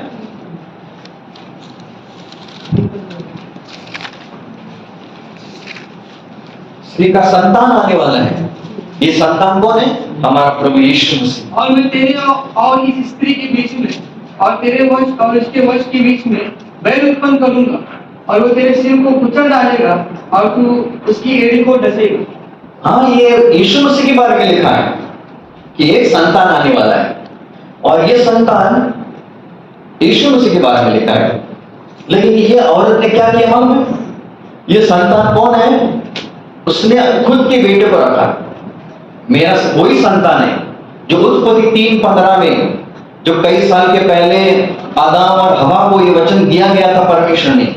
ये वो जो संतान के बारे में लिखा है, वो दूसरा तीसरा कोई नहीं, वो मेरा बेटा ही है। और इसके लिए उस समय लोग इस औरत छोटे बच्चे की पूजा करने लगे। निम्रोद कुछ समय के बाद में चला गया। और जैसे जैसे पृथ्वी बढ़ने लगी, जैसे जैसे लोग और आगे आगे चलते गए, जैसे जैसे लोग और ज्यादा बढ़ने लगे, और लोग इस पृथ्वी के ऊपर अलग अलग प्रकार के धर्म इस पृथ्वी के ऊपर आने लगे, उन्होंने इसी चीज को आगे लेके गया। और अगर आप देखोगे, ये लबानोन में यही मूर्ति बनाई। लबानोन देश के अंदर इसी मूर्ति को हम लोग पूजा करते थे, और उसका नाम मिला आशेरोत और तामूस। तो मेरे लिए और कोई वचन पढ़ेंगे, इसके उसका 8वां अध्याय और 14वां वचन।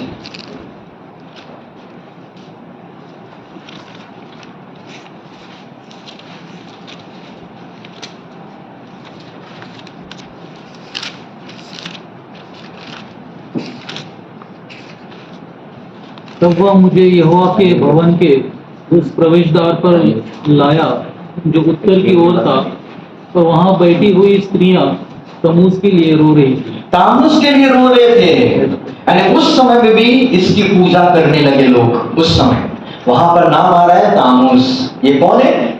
निम्रोद का बेटा। यानी लोग उसकी पूजा करते थे। और ये कौन लोग है मालूम है? इस्राएल लोग। परमेश्वर को पूजने के बदले उन्होंने किसकी पूजा शुरू की? निम्रोद के बेटे की पूजा शुरू करना उन्होंने किया। और उस लड़के का नाम तामूस, उस औरत का नाम सिमरनस। उसको उस समय नाम मिला था क्वीन ऑफ हेवन, यानी आकाश की रानी। ये उसको टाइटल मिला, और वही टाइटल आगे आगे बढ़ते चला गया। लबानोन में आशेरोत और तामूस करके इसको माना जाता है। और जैसे इजिप्ट के अंदर जब ये मूर्तियां आई है, यही मूर्तियां इजिप्ट के अंदर इसिस एंड होरस करके माना जाता है। इसिस और होरस एक्चुअली कौन है? सेमिरामिस और तामुस। सेमिरामिस और तामुस, लेकिन इजिप्ट के अंदर जब आया उसका नाम बदला। जैसे ग्रीक में आया, इसका नाम पूरी रीति से बदला। हमने देखा निम्रोद के अलग अलग नाम, उसमें से ये नाम भी है इरोस, एफ्रोडाइट और इरोस, ये दो नाम से, यानी ये औरत और उसका बेटा। तो उसको कभी कभी हम क्यूपिड करके भी कहते हैं। या आज भी इस पृथ्वी के ऊपर यहाँ कभी कभी ओल्ड बिल्डिंग रहते हैं, जो इंग्लैंड लंदन के अंदर जाओगे ना, ये स्ट्रक्चर आपको मिलेगा। इसकी शुरुआत कहां से हुई? बाबुलोन से। बाबुलोन से शुरू हुआ है ये सारी चीजें। इतना ही नहीं, बाद में रोम के अंदर जब आया, इसको और बदला रोम के लोगों ने। इसको वीनस और क्यूपिड इन्होंने माना और उसकी पूजा करने लगे। जब ये चाइना में आया, मदर शिंगमू और उसका लड़का, चाइना में रूप उसका बदला, चाइनीज वो थोड़ा सा बदला। लेकिन एक्चुअली किसकी पूजा कर रहे लोग? निम्रोद की औरत और उसका बेटा। जब ये आशिरा और मेदी पर्शी में आया, तब इस कारण बाचूस करके आया। उसमें से ये भी नाम है, बाचूस उसका नाम था निम्रोद का। अपने पिता का नाम बेटे को वहां पर मिला वापस। ये मूर्ति ये आज भी लंदन के म्यूजियम के अंदर आपको मिलेगी। इस कारण बाचूस मेदी और पर्शी में उसकी उन्होंने पूजा किया।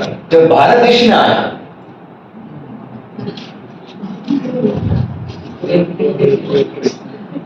इंसान को लग रहा है ये अलग है, नहीं, यही वही से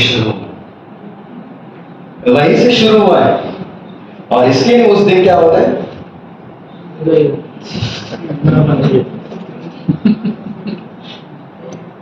और ऊपर जा रहे हैं इंसान। विश्वासी हो, कभी भूलना मत, इस पृथ्वी के ऊपर जितने सारी मूर्तियां हैं, उसकी शुरुआत कहां से हुई? निम्रोद और उसके पूरी परिवार बाबुलोन से हो रहा है। और इंसान को लग रहा है कि अलग अलग मूर्तियां, नहीं, हमारे पास सैमसंग के मोबाइल रहे, नाम अलग अलग रहे, S20, S22 सब, लेकिन सब कंपनी कौन है? एक ही कंपनी, सैमसंग। उसी प्रकार नाम अलग अलग है, लेकिन एक मेन लीडर है। कौन है? निम्रोद, उसकी पत्नी और उसका बेटा। और जब रोमन कैथोलिक में आता है,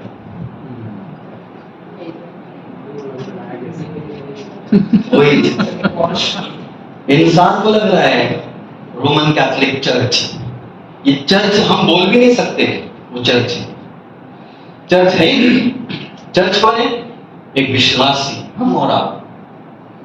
उनके अंदर और इनके अंदर कुछ फर्क नहीं है, कुछ फर्क नहीं, सिर्फ फेस बदले हैं, नाम बदले हैं, बाकी मूर्ति पूजा वही करते हैं। और निर्गम में दिखाए, परमेश्वर ने आज्ञा दी है, मेरे सामने तुझे अन्य दैवत न रहे। आज इस पृथ्वी का कितने सारे लाखों दैवत हैं। इसकी शुरुआत, इसका स्टार्ट निम्रोद से हुआ है, बाबुलोन से हुआ है। इसके लिए शुरुआत में मैंने कहा जेरूशलेम और बाबुलोन। जेरूशलेम रहने वाला है, लेकिन बाबुलोन नाश होने वाला है। यही बाबुलोन, यही तीसरा राज्य है, यही सर है, यही सर है। और यही इसी के द्वारा आज इस पृथ्वी के ऊपर पूरी दुनिया में आज ये फैल रहा है। तामूस। इतना ही नहीं, पर मेरे लिए कोई वचन पढ़ेंगे? आप ये देखो और ये वचन पढ़ो, यिर्मयाह उसका 7वां अध्याय 17 और 18। और इसके अंदर कभी कभी हम भी अटके रहते हैं।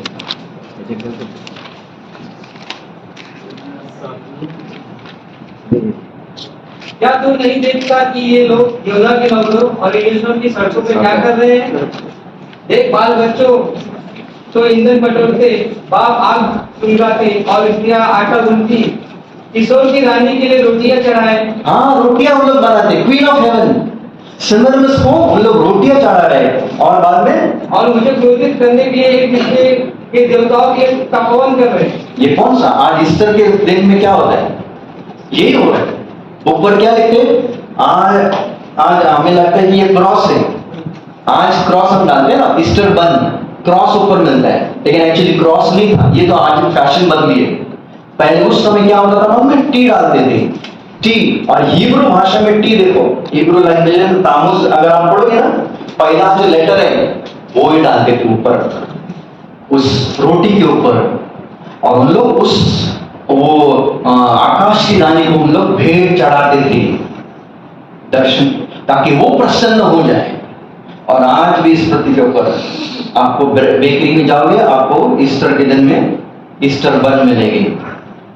लोगों को लग रहा है कि हम अच्छा है, न्यू साल में सिर्फ एक ही बार मिलेगा ऐसे बन, नहीं, ये उस समय किया जाता था चढ़ाने के लिए। इसकी शुरुआत तामुस, नमरूद और सिमरमिस से हुआ है। इतना ही नहीं, कोई वचन पढ़ेंगे, यिर्मयाह उसका 10वां अध्याय 1 से लेकर 5। अब ये फोटो सामने रखना और पढ़ना। यहोवा ये कहता है, हे इस्राएल की घराने। हाँ बस, यहोवा ये कहता है, ये मेरा वचन नहीं है, या किसी मूसा का नहीं है, यिर्मयाह का नहीं है, परमेश्वर ये कह रहा है, परमेश्वर कह रहा है। हाँ, क्या कह रहा है? यहोवा ये कहता है, हे इस्राएल की घराने, जो वचन यहोवा तुमसे कहता है उसे सुन। उसे सुनो। ये वचन सुनना बहुत जरूरी है, कि कई बार हम भी इसके अंदर इन्वॉल्व होते हैं और हमें भी नहीं मालूम। और आगे क्या लिखा है? अन्य जातियों की चाल मत सीखो। जो अन्य जाति है उनकी चाल कभी मत सीखना, और ना उनके समान आकाश के चीहों से विस्मित हो। हाँ, इसलिए कि अन्य जाति लोग तुमसे विस्मित होते हैं, क्योंकि देश के लोगों की रीतियां तो निकम्मी है। मूर्त तो वन में से किसी का काटा हुआ काट। हाँ बस, क्या करते हैं उन लोग? वन में जाते हैं, वहां पर क्या लिखा है? काटते हैं, हाँ। पेड़ को काटते हैं, और बाद में किसी वन में से किसी का काटा हुआ काट है, जिसे कारीगर ने वसूले से बनाया है। वसूल से बनाया है, कारीगर ने बनाया है, और लोग उसको सोने चांदी से सजाते हैं, लोग उसको सोना चांदी लगाते हैं, और हथौड़े से कीले ठोक ठोक कर ढूंढ करते हैं। हाँ, हथौड़ा लेके उसको फिट करते हैं अपनी गैलरी में, कि वो हिल डुल ना सके। बस। ये कौन है? ये हमें लगता है मूर्ति भी है, लेकिन ये एक्चुअली क्या है मन में? यही है। क्रिसमस आएगा, 20 दिसंबर आएगा, हमारे घर के अंदर इसका डेकोरेशन शुरू होता है। काटते हैं, लगाते हैं डेकोरेशन गोल्ड सिल्वर, और बाद में हिले में इसके लिए फिक्स भी करते हैं। इसकी शुरुआत कहां से हुई? इसी से। और अब कितनी बार, कितनी दुख की बात है, हम भी इसके अंदर इन्वॉल्व होते हैं। क्यों? साल में एक ही बार मिलता है, आनंद मिलता है, थोड़ा लाइटनिंग हमारे घर में होता है। नहीं विश्वास, ये उनकी चाल रीति हमें कभी एक्सेप्ट नहीं करना है, क्योंकि ये मेरा वचन नहीं है। किसका वचन है? शुरुआत में लिखा है इस पहले वचन के अंदर, ये परमेश्वर का वचन है। वो जो कर रहे वो सीखना मत, वो लोग करने दो। ये 25 दिसंबर बाइबल में कहीं पर नहीं लिखा है यीशु मसीह का जन्म 25 तारीख को, कोई नहीं। ये तो रोमन कैथोलिक ने लिया है बस एक तारीख। लेकिन एक्चुअली अगर आप डालिंग किताब पढ़ोगे आपको समझ में आएगा यीशु मसीह का जन्म सितंबर या अक्टूबर में हुआ। वो तारीख हमें नहीं मालूम कौन सी तारीख है, लेकिन कैलकुलेशन करोगे तो सितंबर या अक्टूबर के समय में हुआ है। हाँ, गुड फ्राइडे और ईस्टर वो बराबर आता है अप्रैल के समय, लेकिन यीशु मसीह का जन्म दिसंबर में हुआ ही नहीं। कैथोलिक लोगों ने इस प्रतीक के ऊपर कई ऐसे मिस्टेक्स इस प्रतीक के ऊपर चल रहे हैं। कैथोलिक लोग सिखा रहे हैं यीशु मसीह के लिए मिलने के लिए कितने मांगे जाएंगे? 3 बाइबल में कहां पर लिखे? 3 आए बाइबल में लिखा है, जब उनको देखा पूरा यरूशलेम डर गया, वो लिखा है। अगर आप 3 पुलिस वाले को नीचे से जाते हुए देखोगे, आप डरोगे नहीं। लेकिन पूरा 100-200 जाने का अगर आपके नीचे से कोई जा रहा है तो आपके मन में डर आएगा, अरे हुआ क्या, 100-200 लोग जा रहे हैं। यानी वो 3 लोग नहीं थे, माली लोग, वो ज्यादा थे। और उस समय यात्रा करना सादी बात भी नहीं थी, 5-6 महीना डिस्टेंस कवर करना, वो भी ऊंट के ऊपर से। और चोर लुटेरे हमेशा रास्ते के अंदर रहते थे। ये सोना चांदी कितने कीमती चीजें उनके पास थी, वो सब लेके आए। यानी इनके सोल्जर्स रहेंगे, वो रहेंगे और कई लोग रहेंगे। और जब ये यरूशलेम ने देखा इतने सारे भीड़ आ रही यरूशलेम के अंदर, ये सब डर गए। इस प्रतीक के ऊपर कैथलिक लोग ने कई ऐसे गलत चीजें इस प्रतीक के ऊपर रखी है। विश्वास लोग, यही स्ट्रक्चर, यही चीज इस प्रतीक के ऊपर आज हमें दिखाई दे रहा है। और इतिहास के अनुसार निम्रत का अंत बहुत खराब हो, बहुत खराब हो। उस समय कई ऐसे लोग कहते हैं कि परमेश्वर ने तूफान भेजा और इस टावर का गिर गया, उसके अंदर ही उसका निम्रत का मृत्यु आया। लेकिन हमें नहीं मालूम, ना ही ऐसे कुछ बाइबल में लिखा है। लेकिन बाइबल में लिखा है वो टावर कई साल रहा। शायद मुझे लग रहा है ये निम्रत का मृत्यु इतिहास के अंदर इस प्रकार लिखा है, लेकिन हमें नहीं मालूम। लेकिन मुझे पूरा विश्वास है निम्रत का मृत्यु बहुत ही खराब रीति से वो मृत्यु आएगा। क्योंकि परमेश्वर के विरोध के अनुसार जो भी चलते हैं, फिर वो औरत इजबेल रानी क्यों ना हो, फिर वो हेरोद राजा क्यों ना हो, या निम्रत हो, या आखिरी के दिनों में मसीह विरोधी हिटलर, इनकी मृत्यु देखो, सद्दाम हुसैन, उनका मृत्यु देखो। ये जो जितने सारे डिक्टेटर्स है, जितने सारे इस्राएल को उन्होंने तकलीफ दिया है, उनका मृत्यु को देखो। ये मृत्यु भयानक ही रहता है। और ये जो बैबलोन का उस समय जो फेमस कलर माना जाता था वो है ब्लू कलर, उनका बहुत ही ज्यादा फेमस माना जाता था। और इसके लिए जब हम आते हैं दानियल उसके दूसरे अध्याय के अंदर, एक कोई वचन पढ़ेगा तो अच्छा होगा। दानियल दूसरा अध्याय,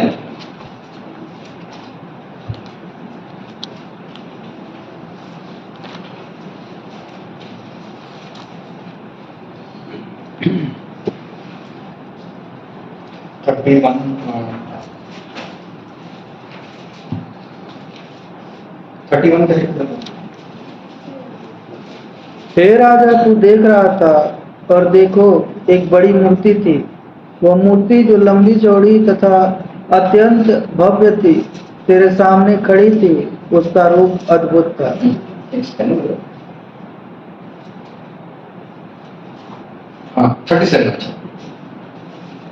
36 पर से पढ़ो। ये स्वप्न है और अब उसका अर्थ राजा को समझा देते हैं। हे राजा, तू तो महाराजाधिराज है, क्योंकि स्वर्ग के परमेश्वर ने तुझको राज, सामर्थ, शक्ति और महिमा दी। और जहाँ कहीं मनुष्य पाए जाते हैं, वहाँ उसने उन सभी को, और मैदान के जीव जंतु और आकाश के पक्षी भी तेरे वश में कर दिए, और तुझको उन सब का अधिकारी ठहराया है। ये सोने का सिर तू ही है। ये सोने का सर कौन है? तू ही है। एंड जो स्टैच्यू आपके सामने है वो सोने का सर कौन है? तू ही है। तू ही है बाबलोन। हमने पीछे थोड़ा देखा बाबलोन के बारे में। अब यहाँ पर दानियल कहता है सर तू ही है, यानी नबूकदनेस्सर राजा, ये हमें बाबलोन का चित्र दिखाई देता है। आइए विश्वासियों, ये नबूकदनेस्सर राजा ने उस समय बाबलोन को बहुत सुंदर रीति से बनाया था। यही बाबलोन उस समय शायद ऐसा हो सकता है। ये तो फोटो है, हम कह नहीं सकते किस प्रकार का, लेकिन शायद इस प्रकार का रह सकता है। एकदम सुंदर बनाया था। उसका मेन गेट, एंट्रेंस, ये जो दीवारें जो है वो दीवारें जो इतने बड़े बड़े होते थे, उसके ऊपर 6-7 चैरियट एक साथ चल सकते थे। इतने ब्रॉड थे वो। मंदिर वहां पर उसी प्रकार का मंदिर उसने बनाया वहां पर। ये बाद में रिवर यूफ्रेटिस, वहां पर अगर आप देखो कि बाजू में एक नदी है, वो नदी भी यहाँ पर देखो, ये नदी जो रिवर यूफ्रेटिस है, महाफरात नदी, ये बाबलोन की ओर से अंदर से आती है। ये मेन गेट है अंदर जाने का, ये ब्लू, ये पूरा उनका मंदिर। और ये जो नदी है, ऐसे नबूकदनेस्सर राजा ने इस प्रकार किया था, यहां पर मैंने लिखा है उसका मैप। ये जो सिंहासन है, रॉयल प्लेस में, वहां पर आप मैप में देखोगे, वहां पर नबूकदनेस्सर राजा बैठता था। और नदी देखो कहां से आ रही, ये पूरी नदी है, रिवर यूफ्रेटिस, यानी उसके सिंहासन के नीचे से वो नदी आती थी। उसने उस प्रकार का ये बाबलोन बनाया था। मैं नदी के बाजू में बैठूंगा, वहां पर मेरा सिंहासन रहेगा, और पूरे नगर के अंदर से ये नदी जाती थी, यानी ये पूरा नगर, और ये पूरे ये जो लाल है, ये बाउंड्री है, पूरी बाउंड्री, ये बहुत ही ब्रॉड हो गई थी। इसके ऊपर से 5-5, 6-6, 7-7 चैरियट ऊपर से जाती थी, इतनी बड़ी। और इसके अंदर जाना नामुमकिन उस समय माना जाता था, कभी जा नहीं पाएंगे। इस प्रकार का उसने स्ट्रक्चर बनाया था उस समय। कोई मेरे लिए अगर आप देखोगे ना, यही से वाइज मैन कई साल के बाद में, मत्ती उसका दूसरा अध्याय 1 से 3 पढ़ोगे, वहां पर आया है। ये भी फोटो अगर आप देखोगे, इस प्रकार का ये बाबलोन रहा रहता था, इस प्रकार का। और उसने नबूकदनेस्सर राजा ने हैंगिंग गार्डन भी बनाया था। ईडन गार्डन के को सामने रखकर उसने हैंगिंग गार्डन भी बनाया, कि ये उसका एकदम सुंदर गार्डन उस समय था। और आज भी क्या इंसान गोरे कर रहे हैं, चारों ओर गार्डन बना रहे, सुंदर सुंदर गार्डन, टेरेस के ऊपर भी आज गार्डन बना, स्ट्रक्चर। यहाँ पर मैंने कुछ डिटेल लिखी है, इनके ईंटें, इनके जो दीवारें हैं, मेन एंट्रेंस उनका था, ऊपर सब पूरे उनके दैवत के फोटो लगाते थे। और उनका दैवत ये मार्दुक, उस समय उन लोग उसकी पूजा करते थे। ये आज भी अगर आप देखोगे, ये ना आज तो इराक तो पूरा नाश हुआ है, लेकिन इस प्रकार का स्ट्रक्चर आज भी आपको मिलेगा इराक के अंदर कुछ कुछ एरिया में। ये इतना बड़ा उसने उस समय नबूकदनेस्सर राजा ने बांधा था। और बाबलोन को क्रेडिट जाता है टाइमिंग 60 डिग्री टाइमिंग। ये लोग होशियार थे टाइमिंग के लिए, इसके लिए ये लोग इतने होशियार थे, उनको सूरज, चांद और तारों का नॉलेज बहुत ज्यादा था। इसके लिए मत्ती में हम देखते हैं, यीशु मसीह को देखने के लिए जब ये मागी लोग आए, उन्होंने किसको देखा? तारों को देखा। ये लोग होशियार थे, टाइमिंग के लिए परफेक्ट माने जाते थे। उनको देखा वो तारों को, और उनको समझा अभी कुछ ना कुछ होने वाला है। और इसके लिए उन लोग मत्ती उसका दूसरा अध्याय 1 से लेकर 3 तक वहां पर हमें दिखाई देता है कि उन लोग आ गए और ये उसकी पूजा करते थे। वो है मार्दुक उनका दैवत माना जाता था, वो है बाबलोन का। और ये एक्चुअली देखा जाए ना, ये नबूकदनेस्सर राजा, उसका ही स्ट्रक्चर है, उसका ही इमेज है, यानी जो राजा होगा वही परमेश्वर, उसकी पूरा पूजा करना था। उसका नाम देखो, उसका नीचे नदी है यूफ्रेटिस रिवर। ये फोटो देखो, बाद में और एक चीज बाद में हम देखने वाले हैं क्या हो रहा है आज इस पृथ्वी के ऊपर, और ऐसा कौन सा व्यक्ति जो इस प्रकार उस समय कर रहा था। और ये आज लंदन के अंदर ये जो मूर्ति है, ये आज आपको मिलेगी। ये बेल नेबो, ये भी उनका परमेश्वर, उनका दैवत था। बाबलोन के लोग इस प्रकार की मूर्ति की आराधना, यानी सन गॉड, सूरज की दैवत उन लोग मानते थे ये उस समय। पर मेरे लिए डैनियल उसका चौथा है, तीसरा वचन को पढ़ेंगे, डैनियल 4:30, 30 वचन।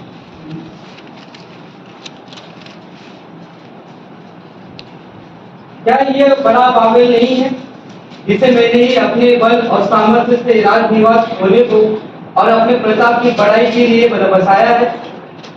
इस पर ये नबूकदनेस्सर के शब्द है। ये जो भी मैंने किया है, बांधा है, मेरे लिए बांधा है, मैंने बांधा है, सब कुछ मैंने। इसके अंदर परमेश्वर की महिमा दिखाई नहीं देती है, यानी उसका नाम, उसका एक काम दिखाई देता है नबूकदनेस्सर राजा का। और कई साल के पहले वहीं से और एक भी व्यक्ति आ गया था, अभी वो मर गया, अभी उसका नाश किया गया, यूएस ने उसका नाश किया, और दूसरा कोई नहीं, वह सद्दाम हुसैन वहीं से था। और वो भी खुद को कहता था हमेशा कि मैं वापस, मेरा जन्म हुआ है एज नबूकदनेस्सर के, वापस पुनर्जन्म।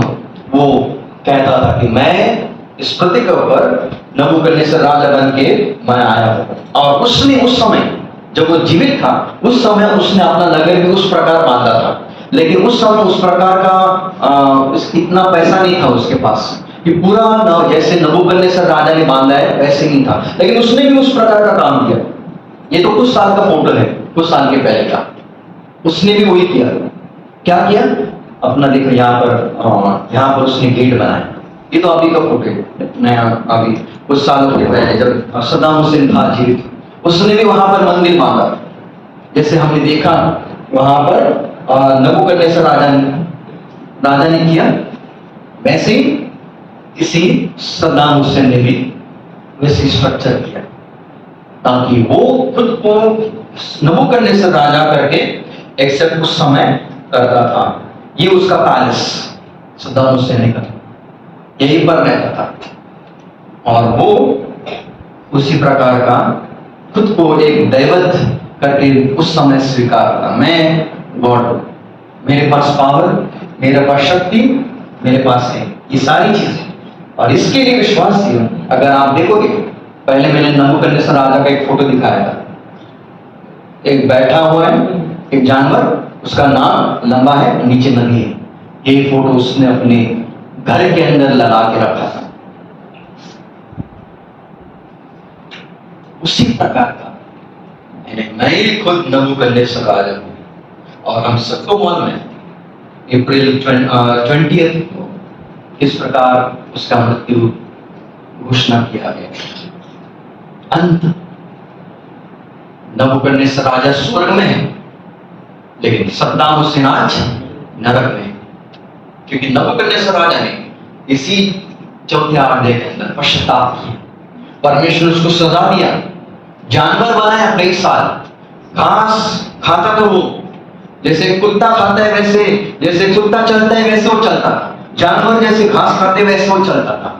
लेकिन एक दिन उसने ऊपर देखा और पश्चाताप किया, उसको समझा कि वही परमेश्वर, और आखिर में परमेश्वर ने वापस उसको जानवर से वापस इंसान बनाया मरने के पहले। और वही जो नबूकदनेस्सर राजा है वो उसने पश्चाताप किया, और आज वो स्वर्ग में है। और उसने एक अध्याय जो डैनियल चैप्टर 4, उसने खुद की टेस्टिमनी है, खुद की टेस्टिमनी हो, अपनी खुद की टेस्टिमनी आज उसने बाइबल में लिखी है। यानी बाइबल ज्यादातर यहूदी लोगों ने लिखा है, लेकिन उसमें से एक अध्याय इस नबूकदनेस्सर राजा जो अन्य जाति का राजा है उसने भी लिखा हुआ ये अध्याय है। और अगर आप देखोगे, तीन चीज मैं हमेशा बोलने वाला हूं, वो है साइज, वैल्यू एंड पावर। तीन चीज हमेशा इस स्ट्रक्चर में याद रखना। साइज क्या है? सर का साइज अपना छोटा। इसके लिए इनका राज्य का समय कितना था? 66 साल। ज्यादा चले नहीं उन लोग, ज्यादा समय चले नहीं उन लोग। अभी जैसे कांग्रेस गया, अभी कौन है राज्य? बीजेपी का। कांग्रेस इतने साल चला, अभी बीजेपी का। उसी प्रकार ये बाबुल का राज्य जो सर है वो 66 साल उन्होंने राज्य किया। साइज इसका छोटा है, लेकिन वैल्यू क्या है? कीमत, सोने की कीमत ज्यादा है। यानी वो जो राज्य था नबूकदनेस्सर राजा का, बहुत ही अमीर राज्य था, बहुत धन दौलत पैसा संपत्ति था उसके अंदर। और पिछले सेक्शन में मैंने कहा था कि धन दौलत कहां से आए थे? मालूम? इस्राएल देश से।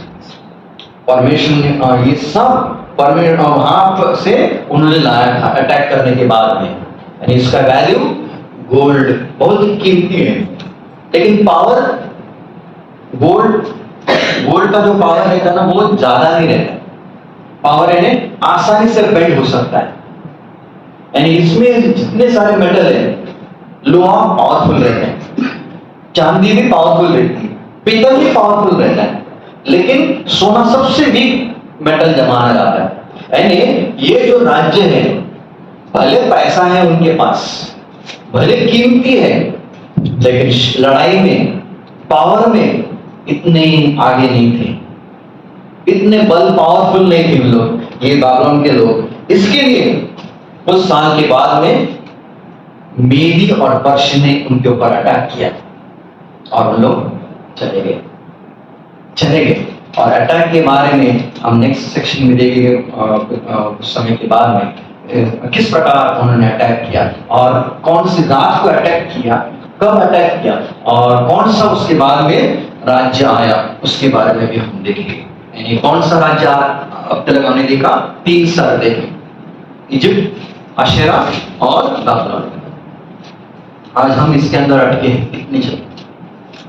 जो भी इजिप्ट ने चालू किया है, जो भी अशेरा ने चालू किया है, जो भी आज बाबिलोन ने चालू किया है, वो आज पूरे पृथ्वी के ऊपर फैल रहा है, पूरे पृथ्वी के ऊपर आज फैल रहा है। और कई ऐसे क्रिश्चियन लोग, कई ऐसे मसीह लोग भी इसके अंदर अटके हुए हैं। इसके लिए हमारा कर्तव्य, दूर हो जाओ, उससे अलग हो जाओ। जो उन लोग फॉलो कर रहे हैं वो फॉलो मत करना, उनको करने दो। हमारा परमेश्वर जीवित परमेश्वर, इनके समान नहीं। जो भी मूर्ति पूजा इस धरती के ऊपर है, फिर वो किसी की भी हो, तो सब मूर्ति पूजा वहीं से शुरू हुआ है और आज इस पृथ्वी के ऊपर और धीरे धीरे होने वाला है, फैल रहा है और आगे आने वाले दिनों में और भी फैलने वाला है। इसके लिए विश्वास की हमें हमारे मनों की आंखों को आज खुला रखना है ताकि हम इसके अंदर फंसे नहीं और प्रभु करें। प्रभु जो हमारा है जो स्वर्ग में, उसके ऊपर ही हमारी आंखें लगनी चाहिए, ना कि दुनिया की ओर। नबूकदनेस्सर राजा बच गया, मरने के पहले उसने परमेश्वर को जाना। आज हमारे सामने भी मृत्यु कब आएगा मालूम नहीं, लेकिन हम कितने भी शक्तिशाली हो, कितने भी पावरफुल हो, सब कुछ खत्म होने वाला है, सब कुछ नाश होने वाला है। क्या करें? कुछ नहीं। लेकिन हम मरने के बाद में हम कहां पर जाए, स्वर्ग या नरक? नबूकदनेस्सर राजा स्वर्ग में है, एक दिन हम उसको मिलेंगे जरूर, लेकिन कई साल के बाद में जो सद्दाम हुसैन आया वो नरक में चला गया। उसके पहले निम्रुद, वो भी नरक में। ऐसे 3 बलवान राजे इस पृथ्वी के ऊपर आके चले गए बाबिलोन में। आने वाले दिनों में प्रभु करे उस प्रकार सीखने के लिए हम सबकी सहायता करें, मदद करें। आमीन। मुझे नहीं लगता है कि और कुछ मुझे बोलने की जरूरत है। तो देख रहे हैं इसलिए अधिक ज्यादा समझ में बातें आ जाती है, केवल सुनने से काम नहीं होता था। और भाई को हम धन्यवाद देते हैं कि अच्छी रीति से हमारे सामने प्रेजेंटेशन रख रहे इन सारी बातों का। भिन्न भिन्न विश्वास से हम है, परंतु जो बातें यहाँ पर बताई गई है वो काफी मेल खाती है। जो आज हम कर रहे हैं, जो आज हमारा विश्वास है, जो बहुत सारी बातें हम फैशन की तौर पर कर लेते हैं। तो जैसे हमने यिर्मयाह के अध्याय 10 में उसका जो पहला वचन पढ़ लिया, तो ये हम सबके लिए वो वचन है। किसी को ये नहीं लगना चाहिए कि हम कलीसिया का पास्टर कुछ तो कह रहा है, दास हमसे कुछ तो कह रहा है। नहीं, ये हमारी बात नहीं है, ये परमेश्वर का वचन है। और परमेश्वर ने जैसे उन दिनों में इजरायलियों से कहा कि तेरा परमेश्वर यहोवा तुझसे क्या कहता है उसे सुन। सुनकर सिर्फ अनसुना नहीं करना है, बल्कि अगर वो वचन हमें हमारी खामियां बताता है, हम कहाँ पर अकड़े हुए हैं, कहाँ पर चकड़े हुए हैं, ये बात अगर समझ में आ जाती है, तो प्रभु हमसे यही उम्मीद रखता है कि जैसे उनके सामने सच्चाई रखी गई और वो सच्चाई जानने के बाद तुमने उसके ऊपर क्या किया, ये तुम्हारा डिसीजन रहेगा। यमुना के अध्याय जब हम पढ़ते हैं वचन में कि जब तुम्हें सत्य समझ में आएगा तो वो सत्य तुम्हें बंधमुक्त करे आजाद करे, और उसी उद्देश्य के साथ परमेश्वर ने अपने वचन हमारे सामने रखे हुए हैं। जैसे अभी हम बेबीलोन का चित्र देख रहे थे, किस रीति से सारे स्ट्रक्चर्स बनते जा रहे हैं। जब वो देख रहा था, हैदराबाद में ही एक जगह है रामोजी सिटी। कितने लोगों ने देखा रामोजी सिटी? देखा है? हमने भी देखा, कुछ दिन पहले आए थे। जो स्ट्रक्चर यहाँ पर देखा, रामोजी का स्ट्रक्चर वैसे ही बनाया हुआ है। भव्य मेन एंट्रेंस बनाया हुआ है, और जैसे ही तुम एंट्री करते हो अंदर, सामने इमारत बनी हुई, उसी स्ट्रक्चर की इमारत बनी हुई। हमारे इर्द गिर्द जो भी है, हमें यही स्ट्रक्चर देखने को मिलता। वो टाउनशिप होने दो, बड़े बड़े कॉम्प्लेक्सेस होने दो, या जो भी आज नए नए डेवलपमेंट्स और टेक्निक्स आ रहे हैं, वो सबके सब अगर कहीं से आए हैं। अभी नवी मुंबई की तरफ एक बहुत बड़ा बिल्डर है, क्या बिल्डर है? पैराडाइज वाला बिल्डर है। उसका सब स्ट्रक्चर्स जो है वो सारे पाश्चात्य देश के थीम्स के ऊपर ही वो बना रहा है। डोंबिवली में उसकी बड़ी टाउनशिप आई हुई, खारघर में एक बहुत बड़ी उसकी टाउनशिप आई हुई, पनवेल में उसने एक बहुत बड़ा टाउनशिप बनाया है। पर आइडिया कौन सा है?